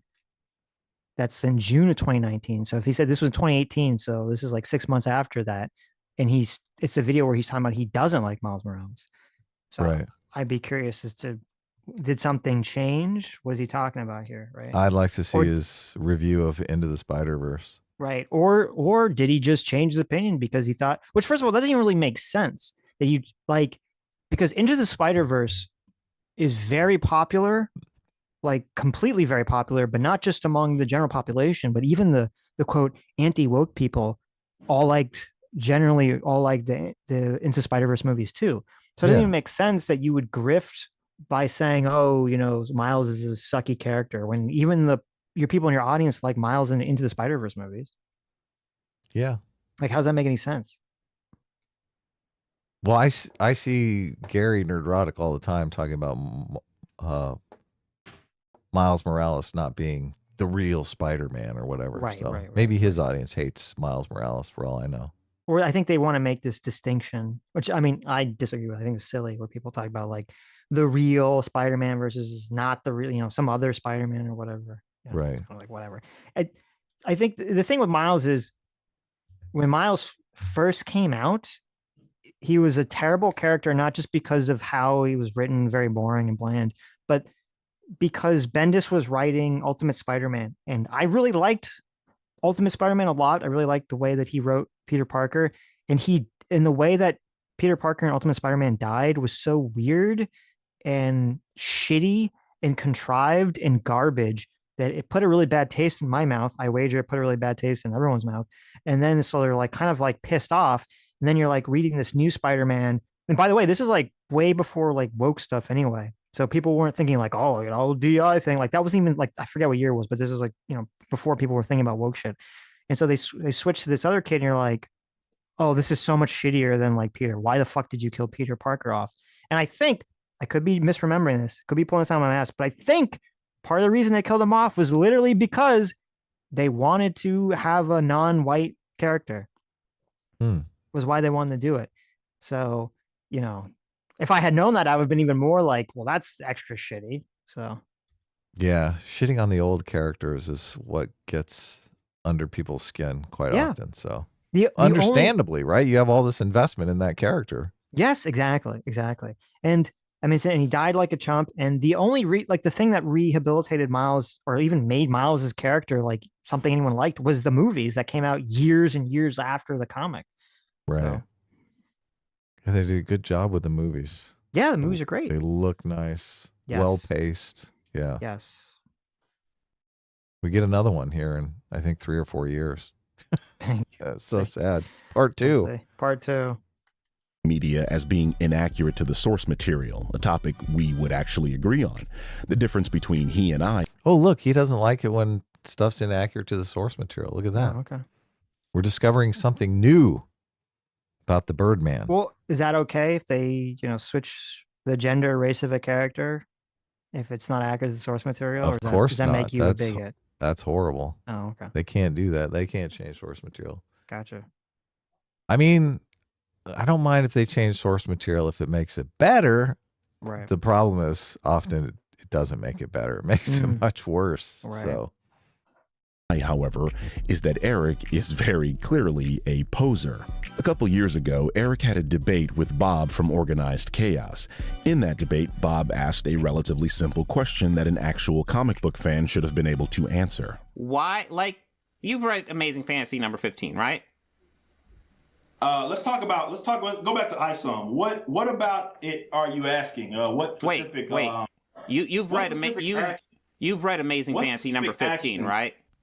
You've read that, right, Sitch? Amazing Fantasy number 15? I don't know what the fuck I Amazing know. Fantasy 15. I had to look it up. It was like Amazing Fantasy 15 is the very first issue of Spider-Man from like 1960 whenever. And I'm like, oh, really? Wow. Yeah, You I weren't was even like, born yet. I know. I'm like, okay, so it's like this weird gotcha question. It's like, oh, if you don't know or haven't read the very first issue of Spider-Man, then you're not like, you can't talk about the subject matter. It's like, oh, excuse me. I mean, okay. Is it bad for Eric July just to say, no, I haven't read that? Maybe, I don't know. Maybe he tries the I don't watch his content, so I don't know if Eric July tries to promote himself as like the #1 comic fan so that he would know that or something. But I mean, it does seem silly. The whole thing seems silly. Right. I mean, Bob is definitely coming out as like the big nerd. Well, I am curious as to what the context to ask that question is. Yeah. It's like, well, you have read the very first issue of Spider-Man, right? It's right. Like, has that relevant to the conversation? Like, I don't think it ever is made clear what's going on here. No, it's not. Because Eric is a grifter and doesn't actually know what he's talking about, he proceeded to stall until someone in his chat provided the answer to Bob's question, and then, wouldn't you know it, Eric is suddenly answering the question as if he knew it all along. What specific action are you asking pertaining No, to no, ISOM? no, no. I'm gonna get stuck on this one. You've read Amazing Fantasy number 15, right? Are you what? Let's talk about ISOM. You just asked me a question. Let's quit moving the goalposts. What specifically about the ISOM book is pertaining to like an action? The little thing. No, no, no, no. I'm gonna get stuck on this one. You've read Amazing Fantasy number 15, right? Are you what? Let's talk about ISOM. You just asked me a question. Let's quit moving the goalposts. What specifically about the His chat just told him it's a Spider-Man book. Okay, here we go. ISOM book is pertaining to like an action that you're asking about his motivations? Dude, have you read Amazing Fantasy number 15? All right, this isn't a gotcha. Can you please answer the question pertaining to ISOM? It kind of fucking is. You're talking about being a comic book fan. Can you please answer the question? Holy shit! Do you know what Amazing Fantasy 15 is? There are plenty of people that don't. Do you know what Amazing Fantasy 15 is? So this, look, if Bob comes on and he starts assaulting me with this question, I just need to answer. It's where Spider-Man came in for the first time. I know. Is that correct? Is that the right answer? That's the right answer. Okay. Congratulations. It's fucking trivia here. It's very silly. All right. There are plenty of people that don't know who Spider-Man is, dipshit. That's the point. Grifters often do not know what they're talking about, and they rely on you not knowing they don't know. This is why Jeremy from Geeks and Gamers said Nike hired. This is that's so bad, Faith. Just because you couldn't get one trivia answer means that you don't know anything. Yeah, well, what does it have to do with Eric July's opinions on, I mean, again, the Miles Morales thing, that's a far more pertinent thing about if you're trying to show someone's a grifter, that they're changing their opinion, if he did, right? Yes, but I don't, since totally. Birdman has been so wildly dishonest with Critical Drinker, I wouldn't trust that claim unless I, go check myself. Hell yeah, I wouldn't trust him with anything. But just saying like, oh, you couldn't get, you didn't remember the number that Spider-Man first, entered in the comics. Mm-hmm. It's like, okay. I'm going to forget this later this afternoon anyway. So hiring Colin Kaepernick was the worst financial move they could make, only for Nike's stock price to immediately hit an all-time high after doing so. This is why the Critical Drinker said modern movies that feature women beating men in a fight were unrealistic, while simultaneously saying Sarah Connor beating up men in Terminator 2 was realistic. Sarah Connor was an awesome kick-ass. Wait. Hold on a second. What was the argument he's just trying to say here? Geeks and Gamers said Nike. That's the point. Grifters often do not know what they're talking about, and they rely on you not knowing they don't know. So the claim is grifters don't know what they're talking about. Okay. Right. And they're relying on their audience not knowing. So he's saying that's just so fucking fictitious to the Critical Drinker saying that he likes Sarah Connor as an example of a woman who's badass that he thinks works in a movie compared to women that are, woke badass in modern movies is an example of Critical Drinker not knowing what he's talking about. Yeah, I've seen this. So okay, it's like one little scene here that I'm interested. He tries to make his argument, right? Though. But look, the audience usually knows a lot more than you. Like the idea that you're going to pull one over on your audience is just laughable in this environment. Right. Someone in the comments always comes in and is like, "That's not dumbass." True. Right? Yeah.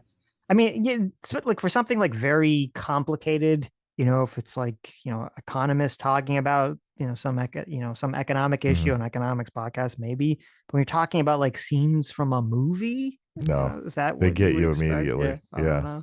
You got to double check everything. Sarah Connor was an awesome kick-ass fighter in Terminator 2, but the film never tries to pretend that she's bigger or stronger than the men around her. Instead, she uses weapons, the environment, surprise ambushes, threats and hostage taking to even the odds. And it works. You believe that she could actually accomplish the things she does, and the natural result is that you buy into her character more. Only for her to do things like this.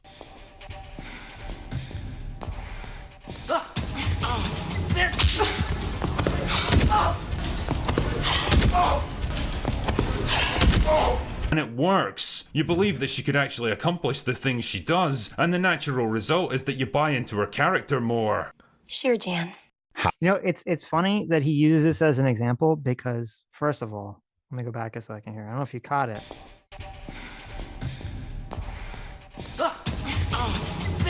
She doesn't punch him. she uses an open hand heel strike. Okay. Which, if you're a woman, is usually a better option than punching someone. So I just think whoever wrote the scene did add this little bit of, there's a little bit of detail that they're like, well, she should probably not just punch the guy in the face, right? Because it would make more sense for her to do an open-handed palm strike. I'm like, that guy just bit his tongue off. Right. So I just think that's interesting. That's funny that this is the example he uses. So obviously, whoever did the scene, wrote the scene, or directed the scene, they added that little element there for a reason, right? To have that open-handed palm strike. Well, and they didn't put Dwayne the Rock Johnson there. Like, they pick a guy that's like smaller in stature. Well, I mean, I don't know if I agree with that. That guy looks pretty ripped, but I mean, that guy's pretty buff. And also, she did, it's funny. I've been told, listen, I'm not some martial arts expert, but I have been told that you want to try to do a palm strike up and like in that same direction that she did, up diagonally upward underneath the jaw, exactly the way she did. Yeah. Because what you're trying to do is you're trying to momentarily move. It's like you're supposed to momentarily move their neck in such a way that it causes you to be temporarily dazed or knocked unconscious or something. So whoever wrote the scene, I think they knew all that. They were doing that all intentionally. And that's number one. So it's funny he's using this as an example to try to disprove critical drinker.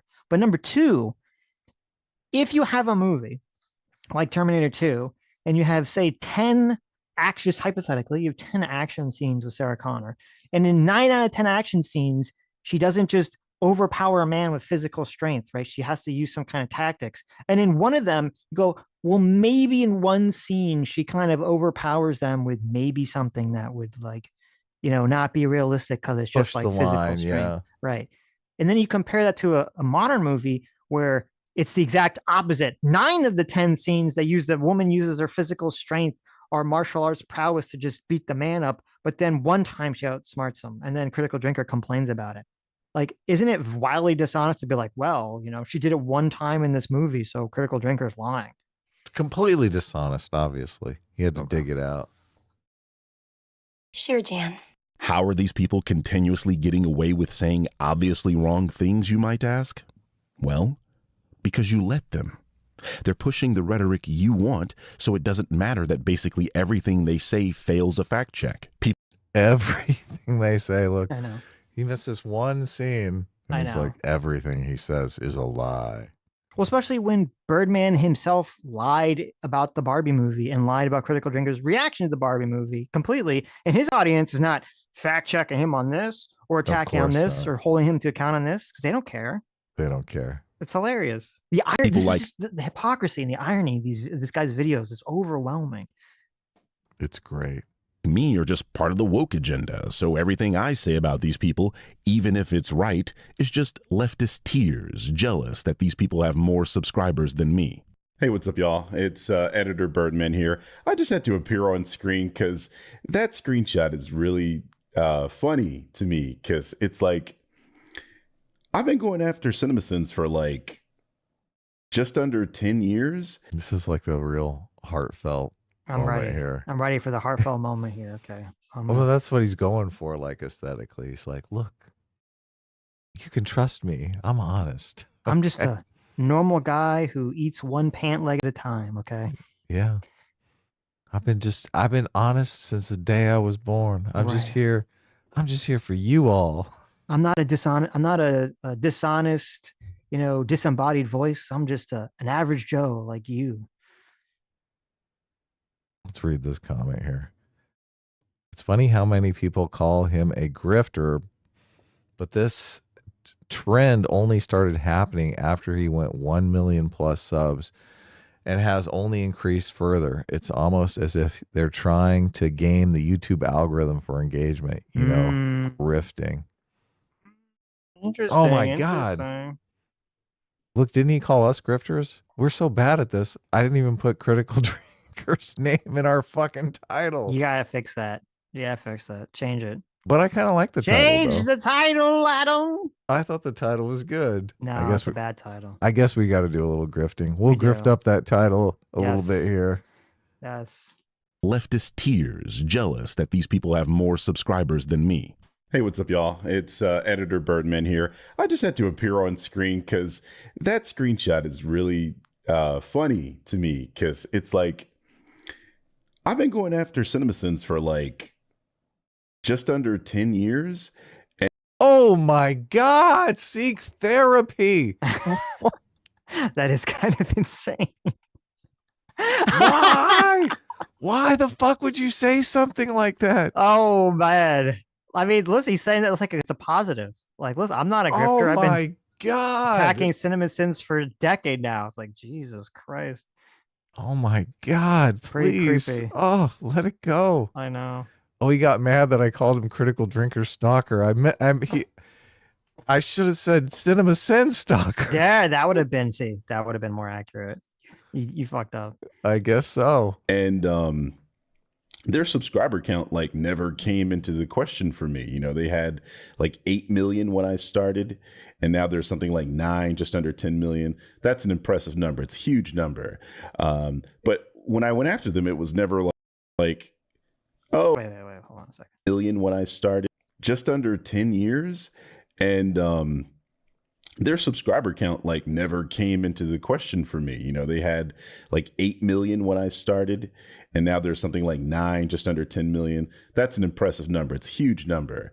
But when I went after them, it was never like, oh, they have a lot of subscribers. That either is going to make me scared or make me jump at the opportunity to reach, 8 or 9 or 10 million people. So it's just weird to see people go, well, the critical drinker has 1 million or 2 million subscribers. That's why he's going after. Look, I'm going to throw up on the screen a tweet I made 3 years ago. I've been saying this about this dude for forever. This is so weird because, like, okay, so the accusation is, which, by the way, I don't even think is like the correct way to frame it, because I think what happens is, like, when someone blows up, their channel blows up, then you become aware of them in the first place. Probably wasn't even aware of any of these people anyway. But anyway, or maybe not. Maybe it was just a total fucking grift. Who knows? Because, but he was aware of him in 2021. But it's weird for him to say, oh, the proof, like, so, okay, the accusation levied against Birdman is he's only going after Critical Drinker when Critical Drinker gets 1 or 2 million subs. He hadn't gone after him before that. In his defense for the claim is, I'm not doing that. I started going after CinemaSins when CinemaSins had 8 million subscribers. How is that a defense against the claim? Yeah. It does, like, wait a minute, what? That's like, that doesn't defend anything. That kind of is like an acknowledgement of the claim. Because that's like, wait a minute, you went after, and then he brings up this old tweet, like, listen, I've known about Critical Drinker since 2021, but I only decided to go after him recently. It's like, wait a minute. You understand that makes it look more like you're grifting, not less, right? Because you're saying you went after CinemaSins because he had a massive channel of 8 million. And then even though you didn't like Critical Drinker, you only started going after him once he got more than 1 million subs. That's making the poster's point, Birdman. You understand that, right? Yeah, it's almost like he doesn't even understand the charge. Oh my God. The charge against him. Oh, the clout chasing charge. We're all falling into the intellectual pitfalls here of not making proper argumentation. Yes. Right. This explains why he's not interested in us, because we only have 50,000 subscribers. That's so true. He's like, forget about these people. The video that I made on him literally wasn't that it was a trend or anything like that. It was, people were like, Birdman, where's the video? You keep promising the video. Make the fucking video. So I made the fucking video. There you go. You want the real? Oh, sure. Blame Deb for not releasing his trucker video like everyone else. Okay. Jeez. His audience pressured him into going after Critical Drinker. Man, you said you were going to go after Critical Drinker. That's pretty funny. Talk about, this whole video is about bias and grifting and audience capture and people just doing what their audience wants. And he's like, oh, here's my audience bullying me into fucking going after Critical Drinker. So I did. Yeah, exactly. What the fuck? Exactly. Holy shit. Well, did you think Critical Drinker was bad? Not really. Oh my God. Why'd you do it? Audience. This is insane. This is more insane than the other video we watched of his. I know. It's great. Red pill? Well, this is it. People like Andrew Tate, the critical drinker, Nerdrotic, and Eric July are the ones keeping you in the Matrix. It's very weird to me that you're going to put Andrew Tate I in with that know. group of people. Like, know. you're going It's to so put in bad. the guy who sex trafficked women and grifted off of stealing a bunch of money, essentially from a bunch of, lonely men. You're going to put that guy in with like critical drinker and Eric July. I don't know. It's just weird to me, but okay. Horrible. They are the agents protecting the system. That system being the spiral of consuming misinformation that puts money in their pockets.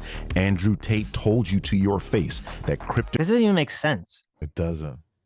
If like, you can make that argument if he was gonna, grow a pair and say like they're protecting the system of, the right wing, capitalist echo chamber that's hiding, you from knowing the truth. Like, it's the broader system. Just saying they're protecting the system of them individually grifting money off of you. That's not how a system works. It has to be something that's broader than that. Yeah. It's just so ridiculous, his worldview that Yes. like the woke stuff everybody loves, but they've completely gaslit the population into believing that these movies are terrible. Right. It's bizarre. It's very strange. Yeah. Crypto is a scam and a way to exploit people like you. Are you going to launch your own crypto? No, I'm never going to launch a crypto. I just like to with crypto Twitter because crypto Twitter are full of the biggest degenerate losers on the planet. I finally agree with Andrew Tate. I can't believe You it. found something that you agree. Can't believe it. Okay. They're losers. Crypto is the only scenario I can think of where you can make a whole bunch of money while benefiting society zero. But he has a crypto coin. Eric July pretends to be an expert on comic. First of all, this is a guy who like made a bunch of money by sex trafficking and scamming lonely men out of money. So I don't know what he means when he says that's the only thing you can do to make a lot of money that doesn't benefit society. Right. Yeah. That other stuff kind of hurts society, right? The other stuff isn't great for society either. Yeah. This is the Eric July clip that I love. On comic books, but doesn't know what a legacy character is. What is Our a new, comic what do you book mean by tradition. new legacy character? What do you mean new legacy character? Are You you talking understand- about you- knockoff versions? Is that what you're referring to? Okay, so you understand what a legacy character is, right? Yes, I'm asking you for clarification. Can you answer what the question I just had? Well, I'm trying to understand how you are asking what a legacy character is. A legacy character is simply I a am saying, character. what do you mean by new legacy character? If they're a legacy character, they wouldn't be new. I mean, that is kind of a facepalm moment, right? Yeah. Yeah. That's pretty bad. Ooh, okay. Okay. Whoa. What? No. Bob is like, what? What? That's pretty funny. Legacy characters are characters that carry on the legacy. You understand that, right? Yes, I understand that, but if it's a legacy character, the character itself has been there and it's ingrained in comic books, as you just said. So what do you mean new? Huh? Oil? Oh my Who said God. something about oil, bitch? You cooking?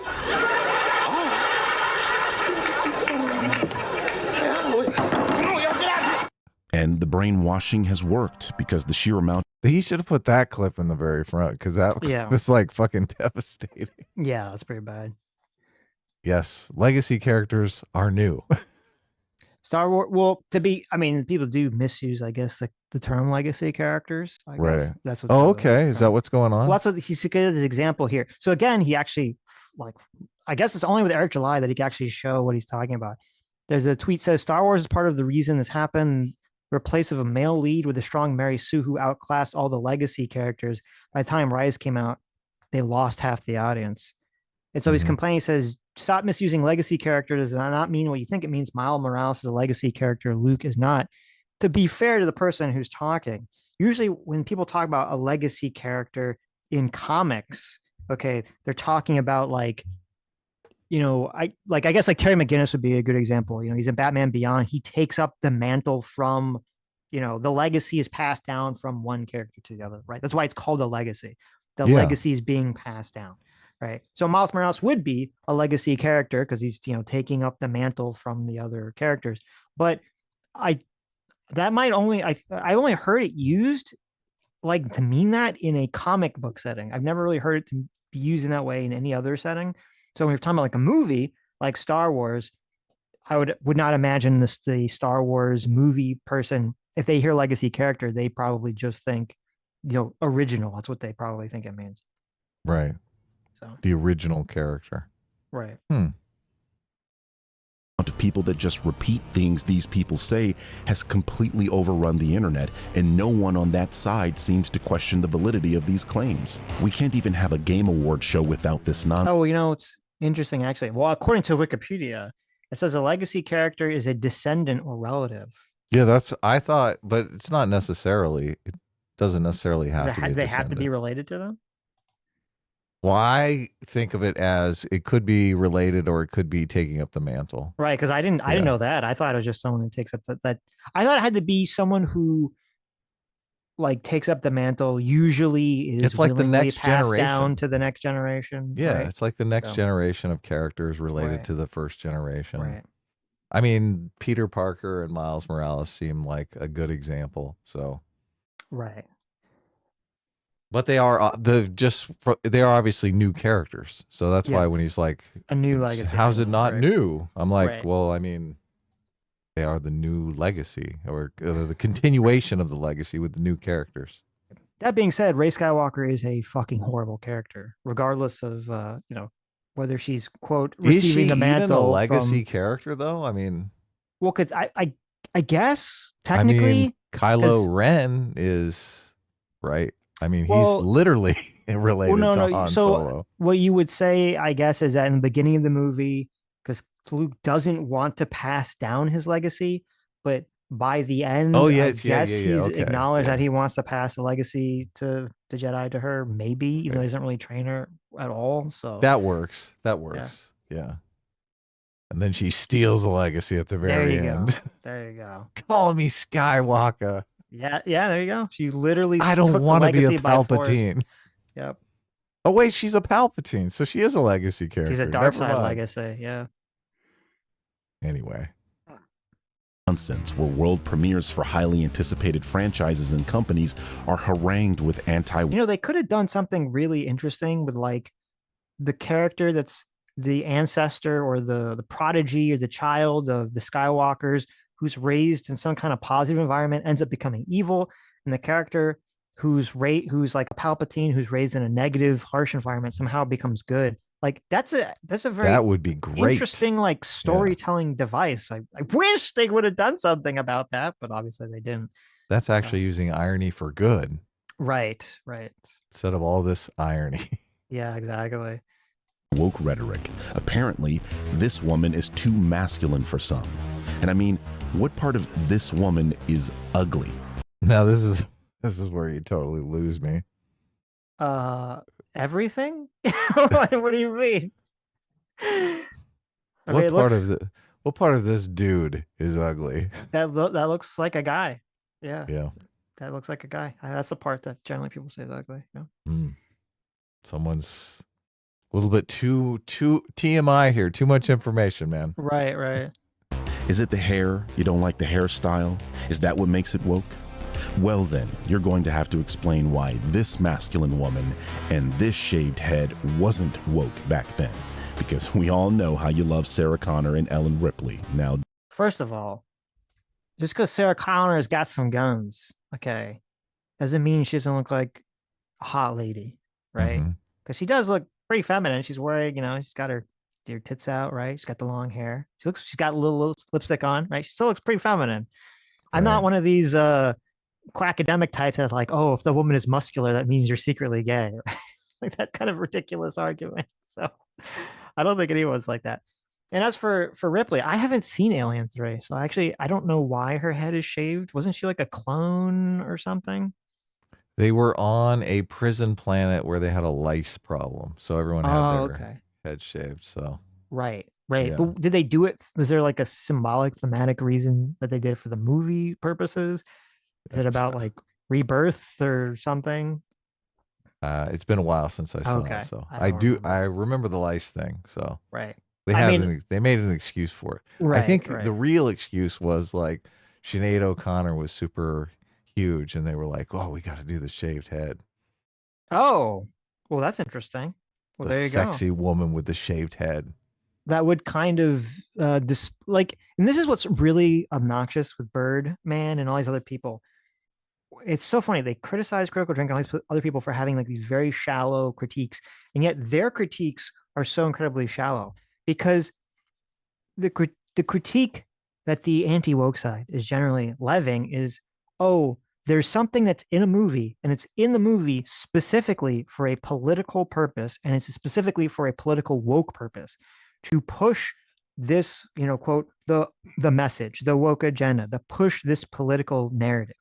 And that usually the story will be harmed by pushing that narrative. Like you have to sacrifice story elements to push this political narrative. So if you had a character like that character that he just showed, with the shaved head and looks very masculine, now maybe it's not true, but at least people's perception of it is that character looks that way to appeal to the woke aesthetic, to appeal to some kind of feminist woke ideology, and to promote that idea. Where with Sarah Connor's second one, it's like, well, it's supposed to show that her character has changed dramatically from the first movie, where she was more of like the damsel, and now that she's reacted to the information about like her son, saving humanity from robots and preparing for that day. And for this, and for Ripley, as you said, they're just copying another female popular person who everyone thinks is hot. Right. So this has nothing to do, like these characterizations have nothing to do with this like kind of woke political ideology whatsoever. And Birdman and these people, they never actually address any of this. People in the chat are also mentioning G.I. Jane, which was another super popular movie, and Demi Moore did look super hot with her head shaved. So there you go. Yeah. So yes, I totally agree with all that. Obviously, there's a reason beyond the wokeness. Right. Don't we? Although Sigourney Weaver shaved head, not really working. Not the best look. I agree. not working. Yeah. All right. I think we finally made it. We did. Okay. That was it. It'd be interesting. I guess I'm going to have to watch some more of his videos to figure out if he actually knows, basic storytelling. Like you were saying, showing the transformation in Sarah Connor is, something we like to call character growth. It's something that's very important to storytelling, right? Right. It's not just about the aesthetic. Right. But I'm not sure he even talks about storytelling or anything like that. It's just, it seems more like he just wants to gripe about other YouTubers lying to their audience as he perceives it. So, yeah, I don't know. Cause he said he did some videos in defense of the last of the, the Gen 4 Marvel movies. Yeah, we'll Phase check 4, those I should out. say. So I'm going to check them out. Right. See what he knows. See what he really knows. Right. You let me know. I will. Okay, let me read some supers here. Let's do that. And also, you gotta grift up this title. Okay, this stream title. I'm gonna grift the shit out of that title. Thank you. I want a maximum grift in this title here. Of course, yeah. Well, I'm thinking something along the lines of "Bird Brain does it again." Oh, the ultimate grift. I'm glad you put a little Santa hat on my character.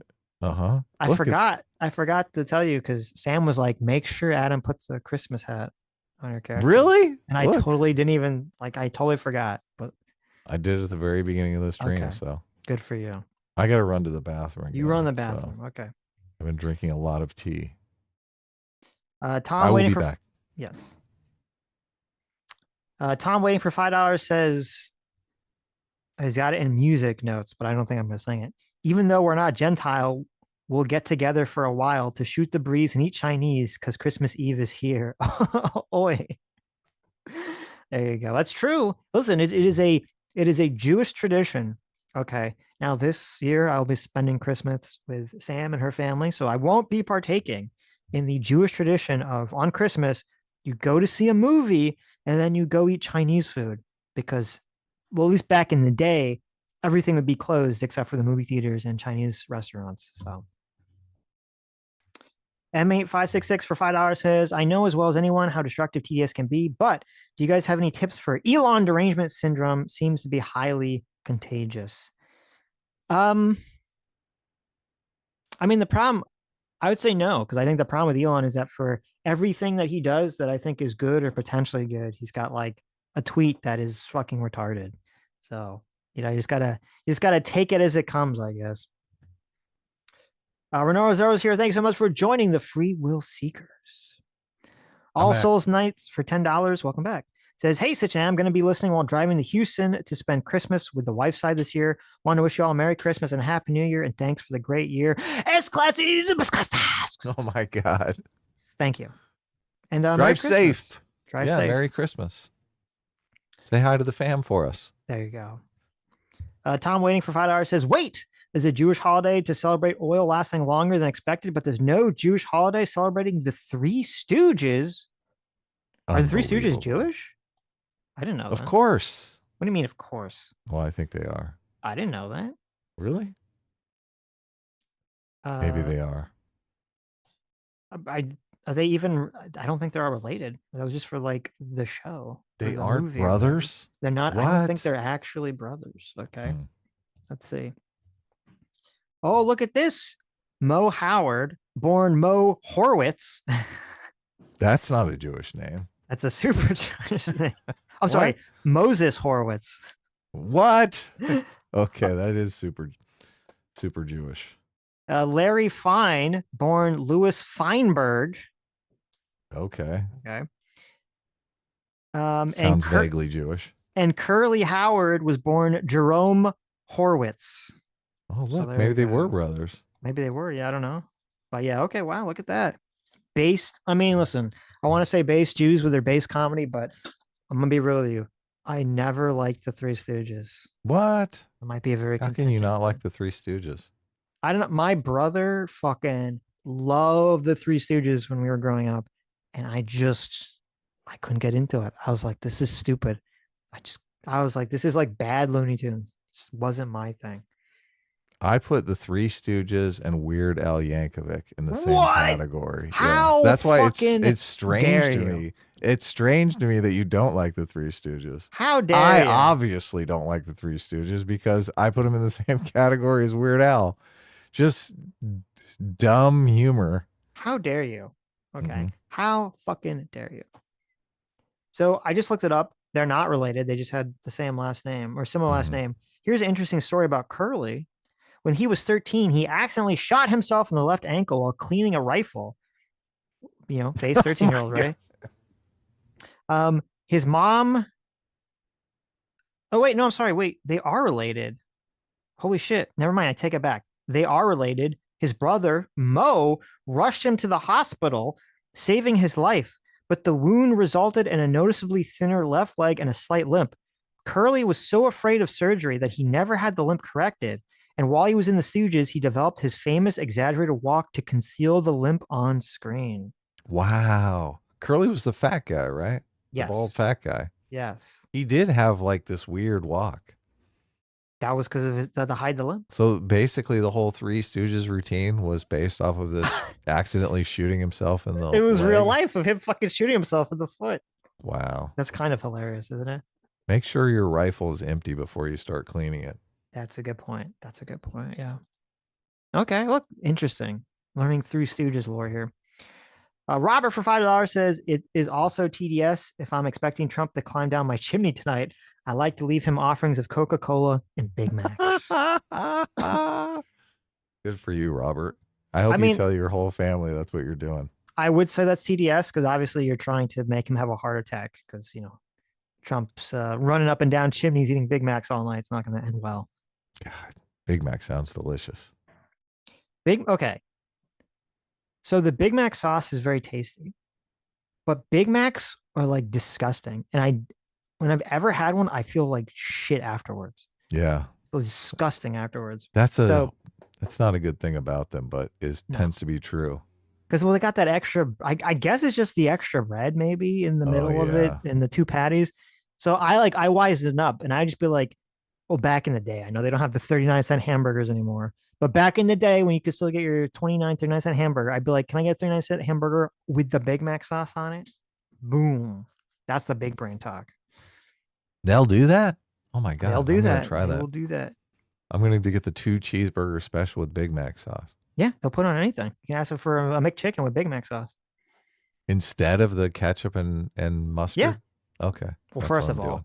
if you get a McChicken with ketchup and mustard instead of mayo, I don't know what's wrong with you. That's wrong. Yeah. I'm just the cheeseburgers usually have ketchup and mustard. Yeah. You can ask for Big Mac sauce instead. I'm doing it. Back in my day when hamburgers only cost 39 cents on Wednesdays. Oh my God. Yes, Showing your age there. I know. Back when McChickens were on the dollar menu and I'd get like 4 in college. Get my $4 4 McChicken sandwiches. Or my $5 Domino's pizza.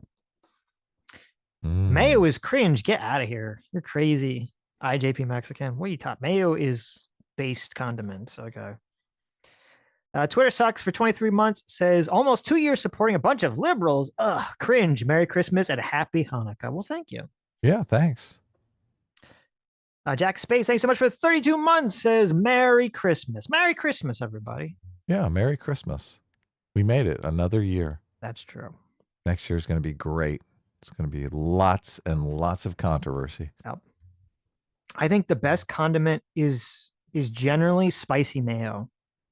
Spicy mayonnaise, like especially at the sushi places, that spicy mayonnaise. Oh my God, so good. Yeah. Joey Hollywood Films for $5 says, "Hey Sitch, couldn't the Tuvix situation be resolved by replicating the Thomas Riker incident? S-Class is a best class, and A-Team smells like wheat. Happy Xmas." First of all, doesn't wheat smell good? Yeah, wheat smells good. What are you talking about? I guess it's a compliment. I think you probably smell more like weed, but that's a different story. Well, maybe that's what he meant to write, weed. Maybe. If I recall correctly, it's been a while since I've watched Next Generation. Didn't the Thomas Riker incident occur by accident because there was some weird atmospheric condition where when he tried to beam up, it like copied the signal for some reason and sent another one back to the planet, another one to the spaceship. So there are 2 Rikers. So I mean, they'd have to go all the way back and find that planet, which I guess they couldn't do because they were in the alpha, no, whatever, the beta, gamma, whatever, I forget, whatever the fuck. They were not in the quadrant of normal Star Trek. They were out there. So I don't know if they could replicate that to create both a Tuvix that was one entity and then another Tuvix that they would split in half, which again, I don't know if that would actually solve the moral dilemma because the Tuvix that was, you just create 2 Tuvixes and one of the Tuvixes. 4 of them. What are you talking about? Well, yeah, because you have 1, 2. If you create 2 Tuvixes, both of them presumably would not want to be separated. So I don't know if it really solves the moral quandary of separating one. Like that's kind of like acting as some kind of like universal balance where you're like, well, there's 2 of them, so we can split 1 in half, right? You're not really splitting them. You're duplicating them. So you've got 2 people in one person, and then you're duplicating that person. Now you got 4 people. Well, no, they're Holy saying, shit. I'm assuming they're saying like you'd create 2 Tuvixes and then one you'd keep as like together and one you would split in half back into the 2 original people. I got you. Okay. Right. So you'd have 3 people at the end of it. Right. Interesting. M8566 for $5 says, Merry Christmas, Adam, Bluntyfly, and chat. And also Sitch. Thank you. Sweet. Yes. And thank you, MA566 for the 5 gifted memberships.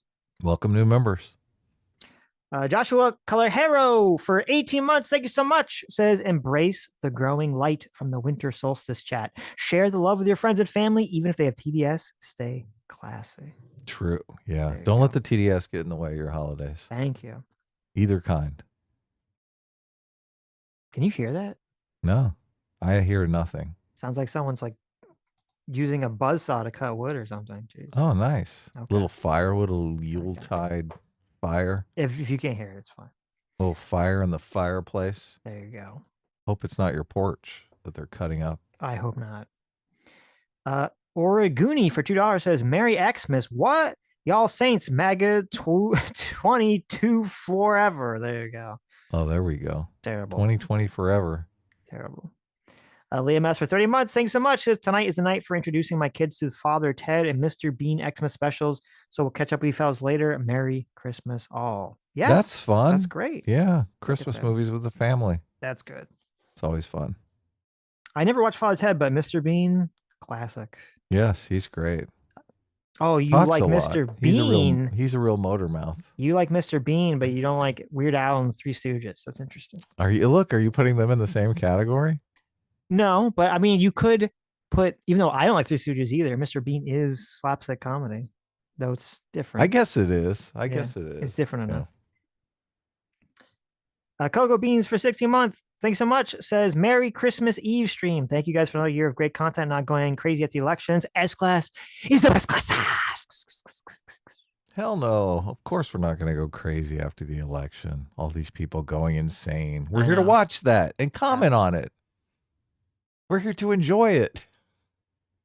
Forward Golem for $5 says, can't believe no one thought of this last week. Luigi Pismangione. Merry Christmas. That's a good one.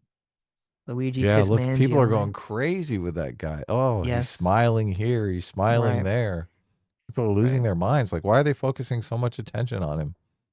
Because they're horrible people. Everyone wants to wipe that smile off his face. There you go. I was calling him Ouija. Oh, that's good. That was a good one. So, well, Ouija.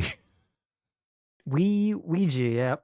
Black Hat 0061 for 33 months says, happy Christmas to all the men of S-Class, which is the best class. And I guess happy Christmas to the boys of A-Team. You're okay too. Less than 3. Oh my God. Well, thank you. All 3 of us. Okay.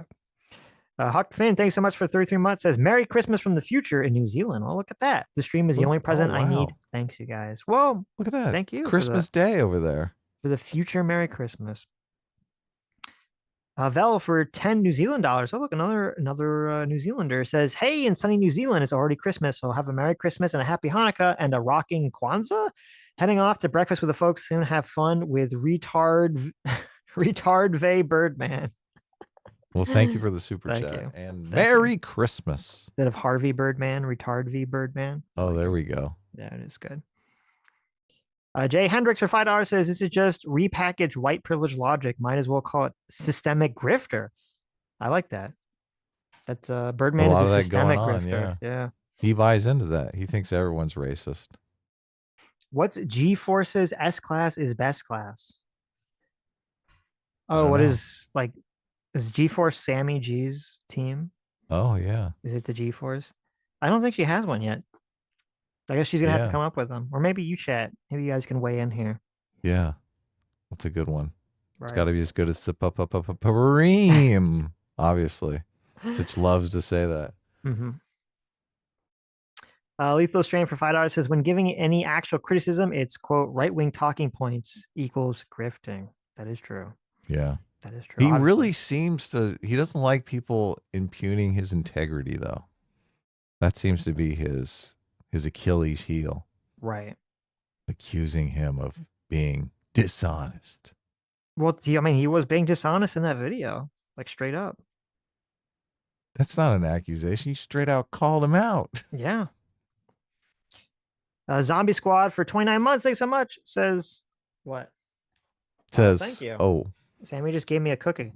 Nice. Oh, that's what that good smell was. What a base lady. Look at that. Mm-hmm. Says, Zombie Squad says, I'm an advocate for a flat earth. I just need a large enough surface and a rolling pin, and then my dream will become reality. There you go. Sweet. True. We all want that. Our dreams to become reality. Malik for $10 says, the video of those guys in Antarctica is out. They basically looked at the camera and said, well, the sun didn't set. Draw your own conclusions. See you next time. I mean, what else are they going to do? That's obviously what they're going to do. So that's great. Flamenco TV for 4 months says, outside of the ice wall is the dark continent, Sitch. Come on, you've read Hunter x Hunter. Listen, I have made peace, Flamenco, that we will never, ever fucking find out what's in the dark continent, okay? The Hunter x Hunter is never going to get there. That concept should have never been brought in because it's going to fucking cock tease us forever. They're never getting off that fucking boat. It's going to be like Berserk. He's never getting, only he'll never actually get off that fucking boat. And they should have just ended Hunter x Hunter when Gon found his dad. And it would have had a nice, like the anime. Should have just ended where the anime ended. Nice and happy. You don't want to see the Dark Continent? I would love to see it. Fascinating. But the author's like sick and he's just never fucking finishes the comic. So.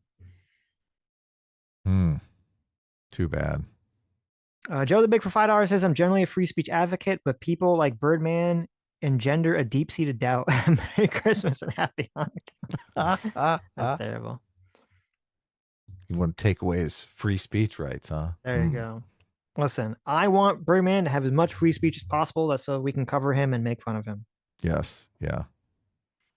Evolve Go for $20. Thank you so much. Says, back from my travels in Asia, and I have to say, my stateside chopstick resistance did not treat me well in Asia lands. Wow. That's funny. Not a lot of forks, I guess. I did get to see the boys in China, not Sitch and Adam, but Louis Bei, Guan Yu, Zai Fang, and Zhu Liang. Wow. That's cool. There you go. Friends of yours in China. You got to practice with your chopsticks. There you go. It's always fun. Using a fork in China. Oh. That's like blasphemy. Yeah. You get on a list. First of all, I'm glad you made it back from China. You didn't get like thrown into like a camp or something. Totally. Hey, I ordered some comics to be shipped here from China airmail, so I would have them in my hand. I still have not had them in my hand because they were confiscated and thrown away as obscenity. Oh my God. So I'm still working on getting some comics in my hand. So hopefully, look, we've got the main shipment coming. So hopefully that's going to fly under the radar and make it here safely. So who confiscated our comics and threw them away as obscenity? I'm not sure. They didn't make it through customs in China. So my theory is that some customs officer right now is at home admiring those 42 naked women on the all nude S-Class cover. Probably. First, when you sent me that message, I thought you meant like the entire whole shipment of comics. Yeah. And I was like, what the fuck? Oh my God. And you're like, no, just like a couple. I was like, oh, when I first read the message, that's what I thought. I was like, oh my God, for real? Like 5,000 comics down the toilet.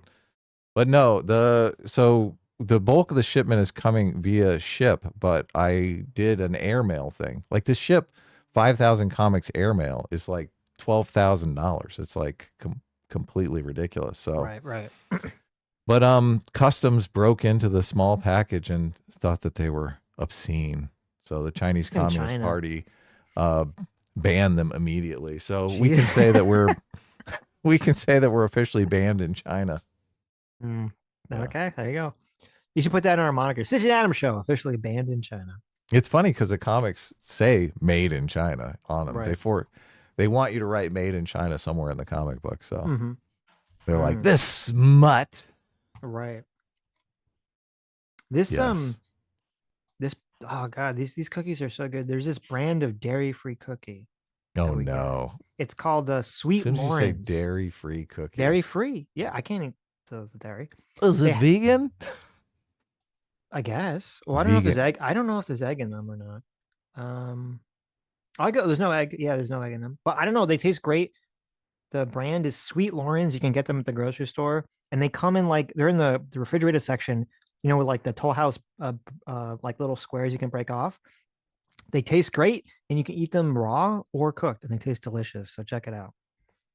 There's your little sponsorship if you're lactose intolerant like me.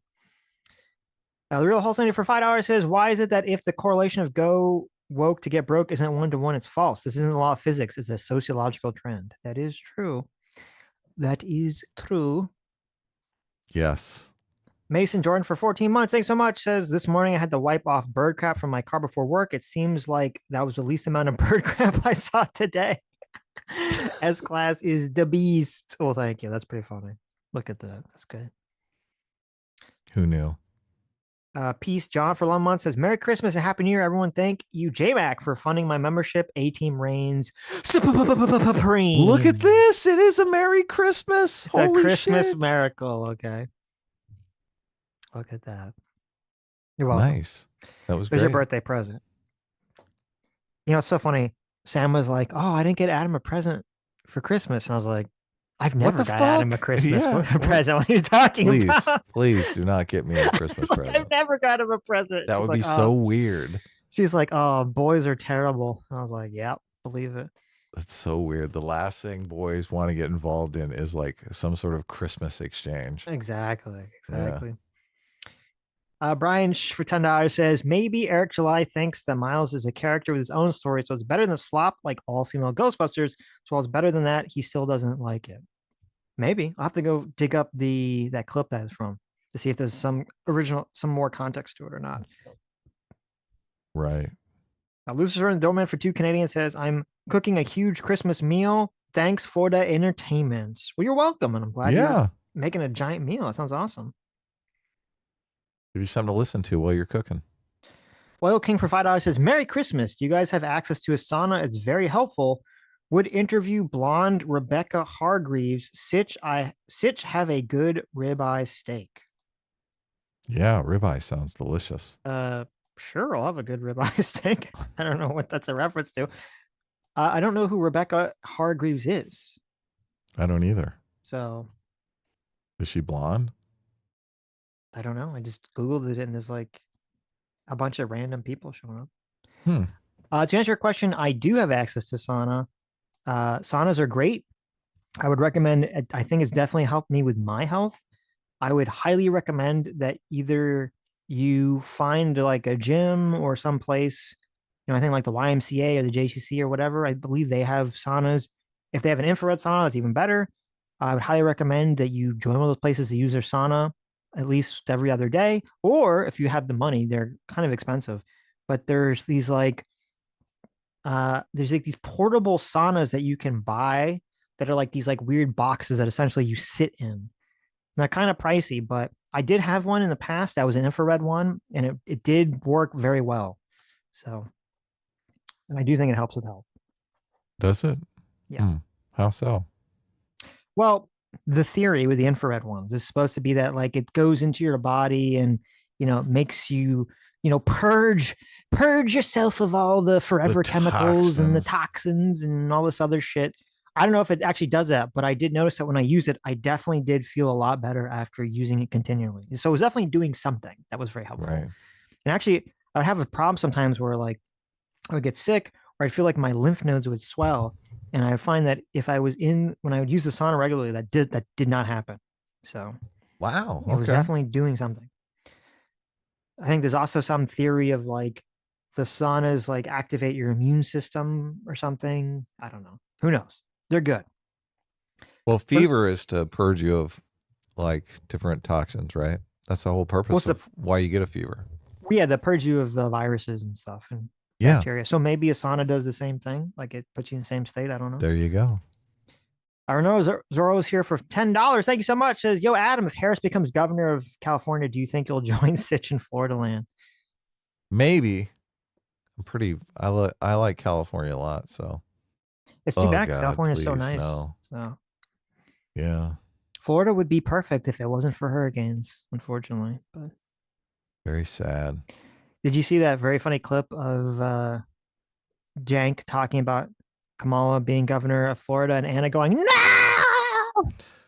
I saw it on the main show when it happened, and it's so funny because it's so obvious that she's joking and going over the top as like a bit. Yes. And there are like a gajillion videos that are making it seem like she's serious.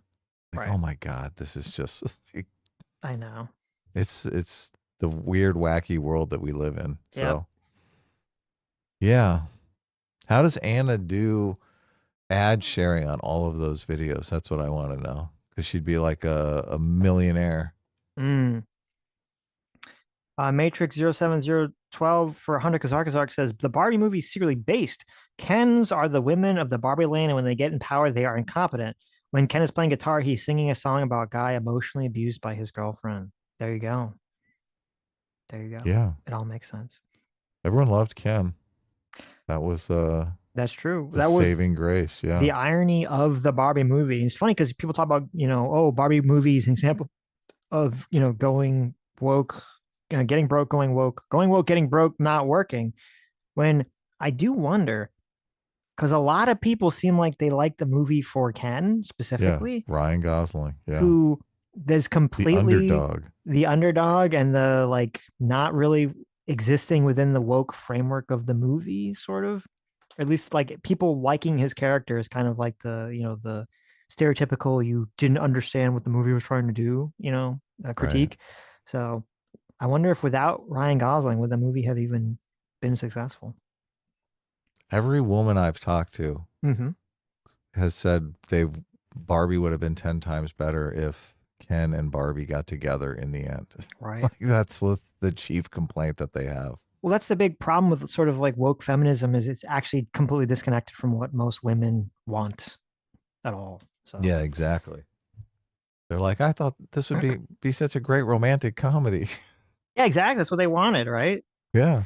And it's funny too, because like I feel like when people think about the Barbie movie in the coming years, they're gonna just think about Ken and Ryan Gosling as Ken, not Margot Robbie as Barbie. Oh, of course. Yeah. Oil King for $5 says, is there a song you like to sing together? The video you guys are watching is dumb. Is there a cheerier video you can enjoy? Yag, yag, yag, I tooted. Is that a song? Yag, yag, yag, I tooted? I don't know. Well, we made it through. So we made it through. And thanks for the super chat. Lethal Strain for $5 says, Sarah Connor was living with a survivalist group. Ripley was supposed to be unattractive due to a prison planet full of despicable men. Oh yeah. Interesting. Oh, yeah. So actually, that would completely 100% double shit all over his point anyway, because that would mean that they were intensely trying to make her less attractive by shaving her head, making her less feminine, which would completely conflict with the other character of them shaving her head and trying to make her hot, I guess, by being less feminine, which is kind of funny. So interesting. Don Mack for $5 says Alien 3 is an intersex movie. The planet's prisoners have a double Y chromosome that makes them more violent, and yet it has nothing to do with trans. Is that real? Wow, I don't remember that.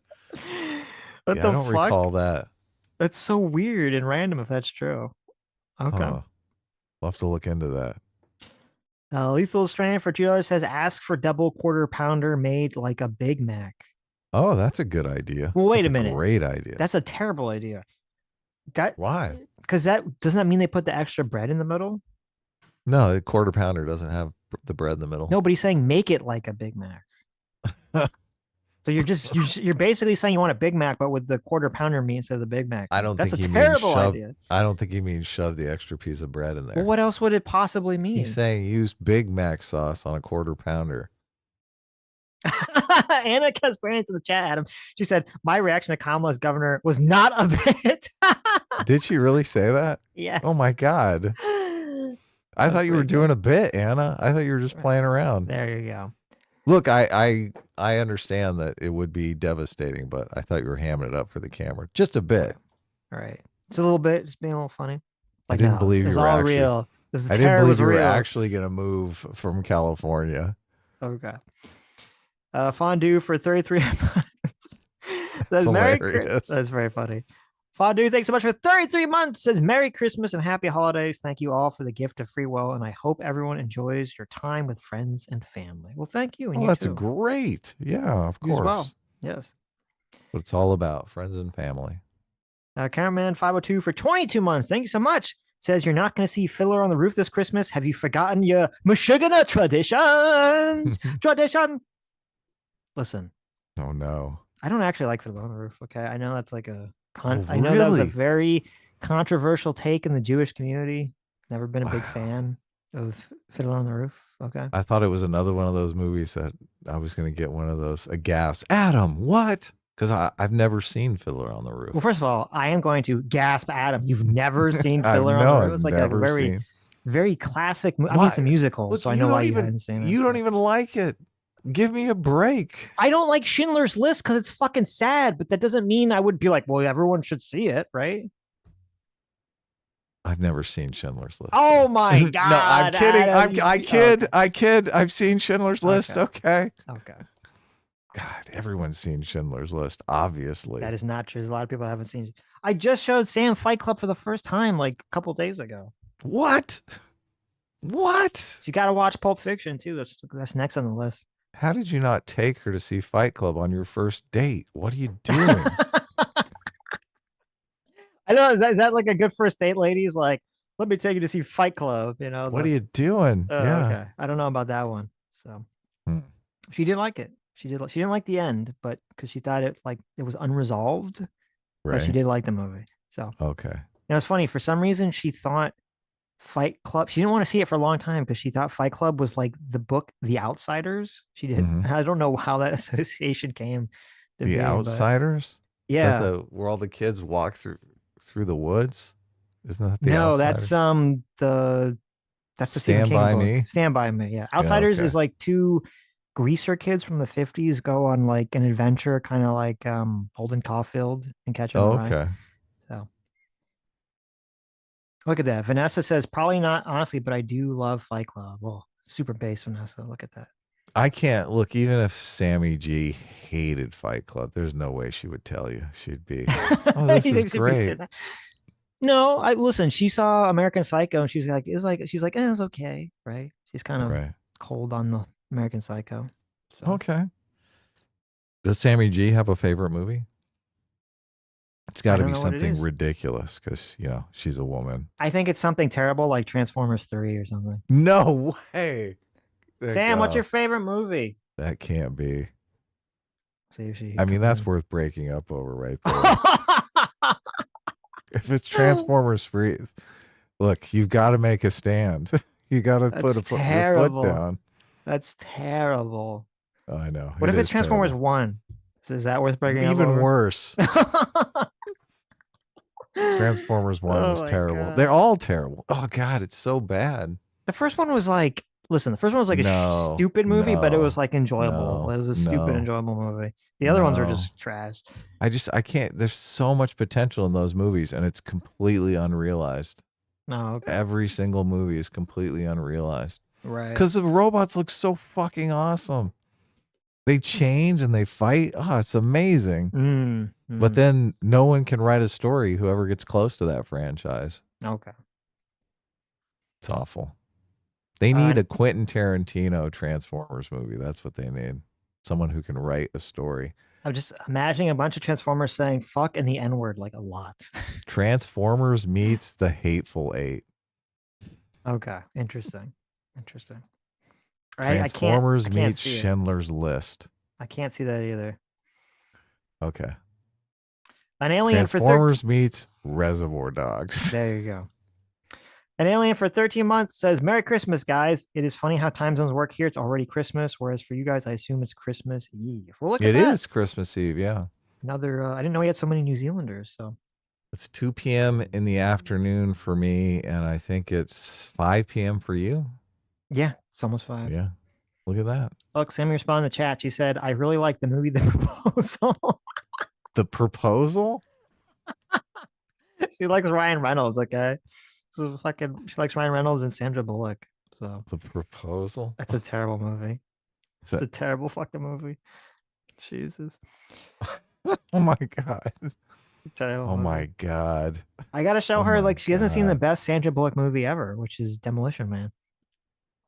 Oh, this is telling. Said, did she really just say that? She did. I gotta bring up the poster for The Proposal just so you guys can see it. Is it the one where they're like naked running into each other? In case. Oh my God. Is that what is I don't know what oh no.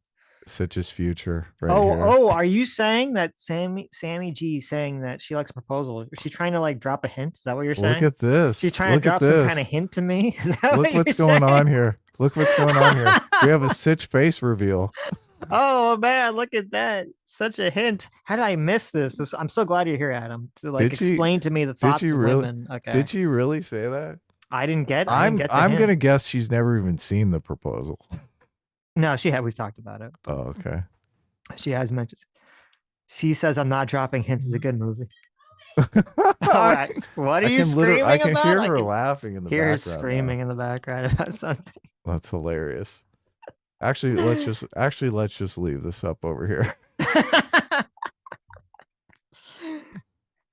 I mean, listen, if me and Sammy, we do kind of look like Sandra Bullock and Ryan Reynolds. So it Oh makes yeah, sense. look at that. Yeah, so it all makes sense.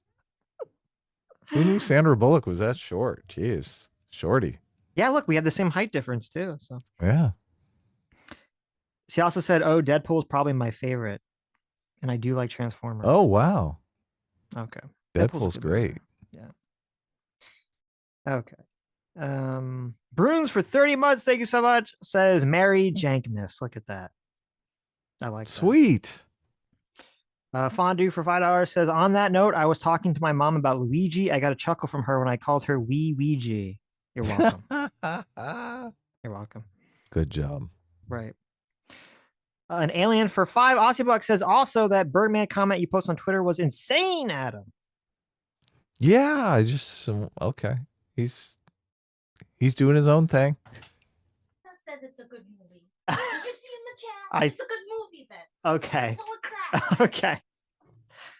I don't know if you guys heard that. Sam came in and she's pointed out that Anna also said The Proposal is a good movie. Oh, really? So, Okay. therefore, the women are sticking together on this one.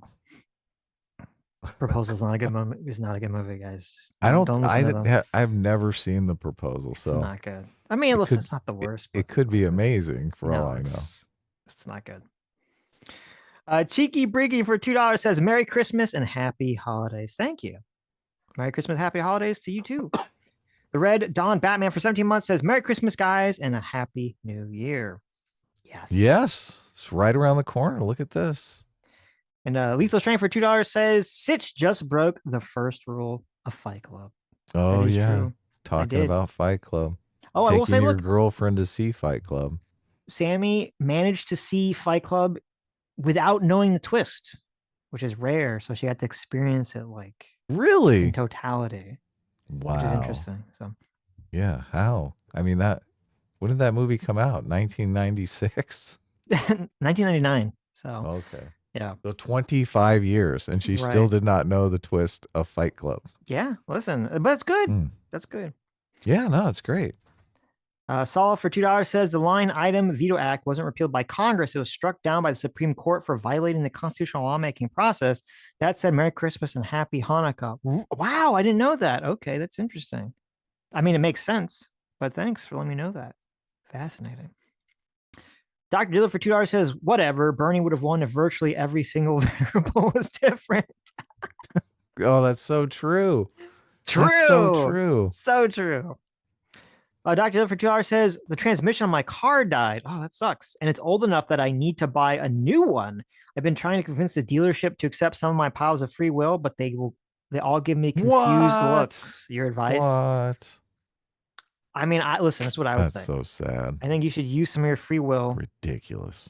to not send us super chats and to use that money to get a new transmission. Yeah, that's true. Yeah, don't That's what I super would chat us if you need a new transmission. That's what I would do. But thank you, Dr. Dealer. Transmission comes first. Yes. Halton here for $2 says, remember all those articles and podcasts and videos about how to own your quote racist, transphobic, homophobic family members at the holidays? It's hilarious watching them try to backpedal now that they've lost. Actually, I don't know about that. Were there a bunch of, before the election results, were there a bunch of articles like that? Like preparing for the Harris win or something? I could see a bunch of articles like that in 2020. Bunch of gloaty articles. Oh, that would make sense. That makes sense. I mean, listen, I've seen a shit ton of Republicans gloating nonstop. I should say Trump voters gloating nonstop on Twitter, little videos and everything. So I wouldn't be I actually feel sorry. I have a lot of friends that legitimately have TDS. It could be terminal and shit. So I do feel bad for them. Okay. And yeah, look, and your folks, I guess, have a mean case of TDS too, which has got to be painful. So I don't want to mention names myself because maybe they're listening. I'm not talking about you. No, not you. You're not the one with TDS. Well, maybe they have a light case. It's not terminal. Well, I mean, when you see, I was trying to save you, but you're no. pointing no. at. Yeah. Anyway, Real Hunter says for $2 in 2020, not 2024. Oh, that makes sense. That makes perfect sense. Yeah, that is true. I I don't remember if there were. I don't think there were any in 2016 because I think Trump winning was such a surprise, like a shock to everyone. So people were definitely more prepared for it this Yes, time. I think yeah. they were like, "Oh my God, it happened before, so it could Right. definitely happen again." Dr. Liv for $2 says, Merry Christmas to everyone but Sitch. Wouldn't want you to spontaneously combust or anything. Happy, normal, joyless Wednesday. Joke's on you, Dr. Diller. This is one of the rare times that I believe Hanukkah, the first night of Hanukkah, is also on Christmas. Is So it look at that. really? It is. Yeah. What? Really? Oh, I thought Yeah. Hanukkah was already done. No. I thought it was like a done deed. Nope. So is Hanukkah going to go into January? Hanukkah's like 10 days, right? January 2nd. Wow. Yeah. Holy, you're going to do Hanukkah on New Year's Eve? Oh, You can if you want to. Lame. You can. Lame. 25th through the 2nd. So look at that. Is there like prohibitions during Hanukkah? Can you not like No. drink or You anything? can do whatever you want on Hanukkah. Okay. Hanukkah was a very minor holiday that no one cared about until they had to use it to compete with Christmas, and then it became like a major holiday. So you can do whatever the fuck you want on Hanukkah, essentially. No, sweet. David Puff, thanks so much for 28 months. Says, Merry Christmas, everyone. Maybe Birdman will get visited by the ghosts of Christmas reason and logic, but I wouldn't hold my breath. Cheers to the New Year's. There you go. I mean, I think it'd be fun to talk to him, but he might just be crazed. Yes. I mean, he sounds crazed. Well, look, in the video, he seemed kind of normal. He seemed like just a regular guy. I don't know if I believe that. Sometimes people, you've heard this term, internet tough guy, keyboard warrior. Mm-hmm. Like maybe it's just one of those things, right? Mm-hmm. He's throwing out the insults when he's there and he's got his phone out, he's super pissed. You know, you start talking to a person, you're like, oh, hey, look, you're just a regular human being. Mm-hmm. Mm-hmm. And then Sitch would probably prove him wrong or something, and then he explodes. I believe it. Gotta be nice. Hayden Dill for $10 says, when y'all get married, can you invite us to the wedding? It would be a good face reveal to see Sitch walk down the aisle in his dress. That's terrible. Oh, Sammy G would never let. No woman is going to let you ruin their wedding day like that. So She might. that's not a possibility. She might, yeah. Also, how's the dog hunting going? It would make a good Christmas. There's no dog. Stop it. You guys are bad influences. Okay. No dog. Mm-hmm. Mm-hmm. Also, Anna's trying to steal Sammy from me in the chat. Look at this. What's going on? She said, Sammy is such a keeper. Cookies and food taste and movies. Can I date her? No.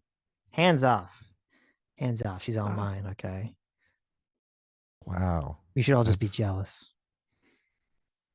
I did pin Anna's comment for Sammy, so there you go. Anyways, she's on the record loving the proposal. Oh, look, and look, it's time to go, and I still haven't changed the title. So yeah, listen, you gotta change the title. Oh, our hilts hurt. Thank you so much. Everyone, check out their YouTube channel for $5. So just a reminder that Muppet Christmas Carol is the definitive version of A Christmas Carol. Merry Christmas. Oh my God, that is a fucking true statement. Truth. Based. Okay. And Muppet there's no movies, singing. Classic. Wait, what are you talking? Of course there's singing. It's a Muppet movie. What the fuck are you talking about? Damn Get out of here. Look, Anyway. Oh my God, you just got exposed, Eric July. Fake fan doesn't know about the Muppets and singing. Get him out of here, folks. String him up. The Muppet movie is one of the few musicals that I do like. So Well, there you go. You got to watch the Christmas Carol and Muppet Treasure Island. Classic movies. I will check it out. I will. I give mean, it you're a probably not shot. going to like them as a grown-ass man, but. Mm-hmm. I still sing Rainbow Connection from time to time. Okay. Sammy G said that she can negotiate. Oh my goodness. Oh my God. Anna's sneaking her way She's in. literally stealing your girlfriend. You steal my girl. Oh my God. I can't believe this. I can't believe this. I'm leaving the center. This is my leaving the center moment, everybody. Damn you. The Real Wholesaler, thanks so much for the $2. Says pets make terrible gifts. Stay strong, Sitch. Thank you. Thank you. Way. It is true. Pets are the best gift ever. No. So, all right. Anyways, That was fun. Had a great time. I guess we'll talk to you guys on Sunday. Thank you all for coming. Thank you all for incredibly generous donations, and we'll see you all this Sunday. Hope you all have a Merry Christmas, a Happy Hanukkah, and a Happy New Year. Right. But we'll talk to you on Sunday before the new year. Oh, I guess you're right. Whatever. Still have a Happy New Year. Okay, it's fine. Take care, everyone. Bye-bye.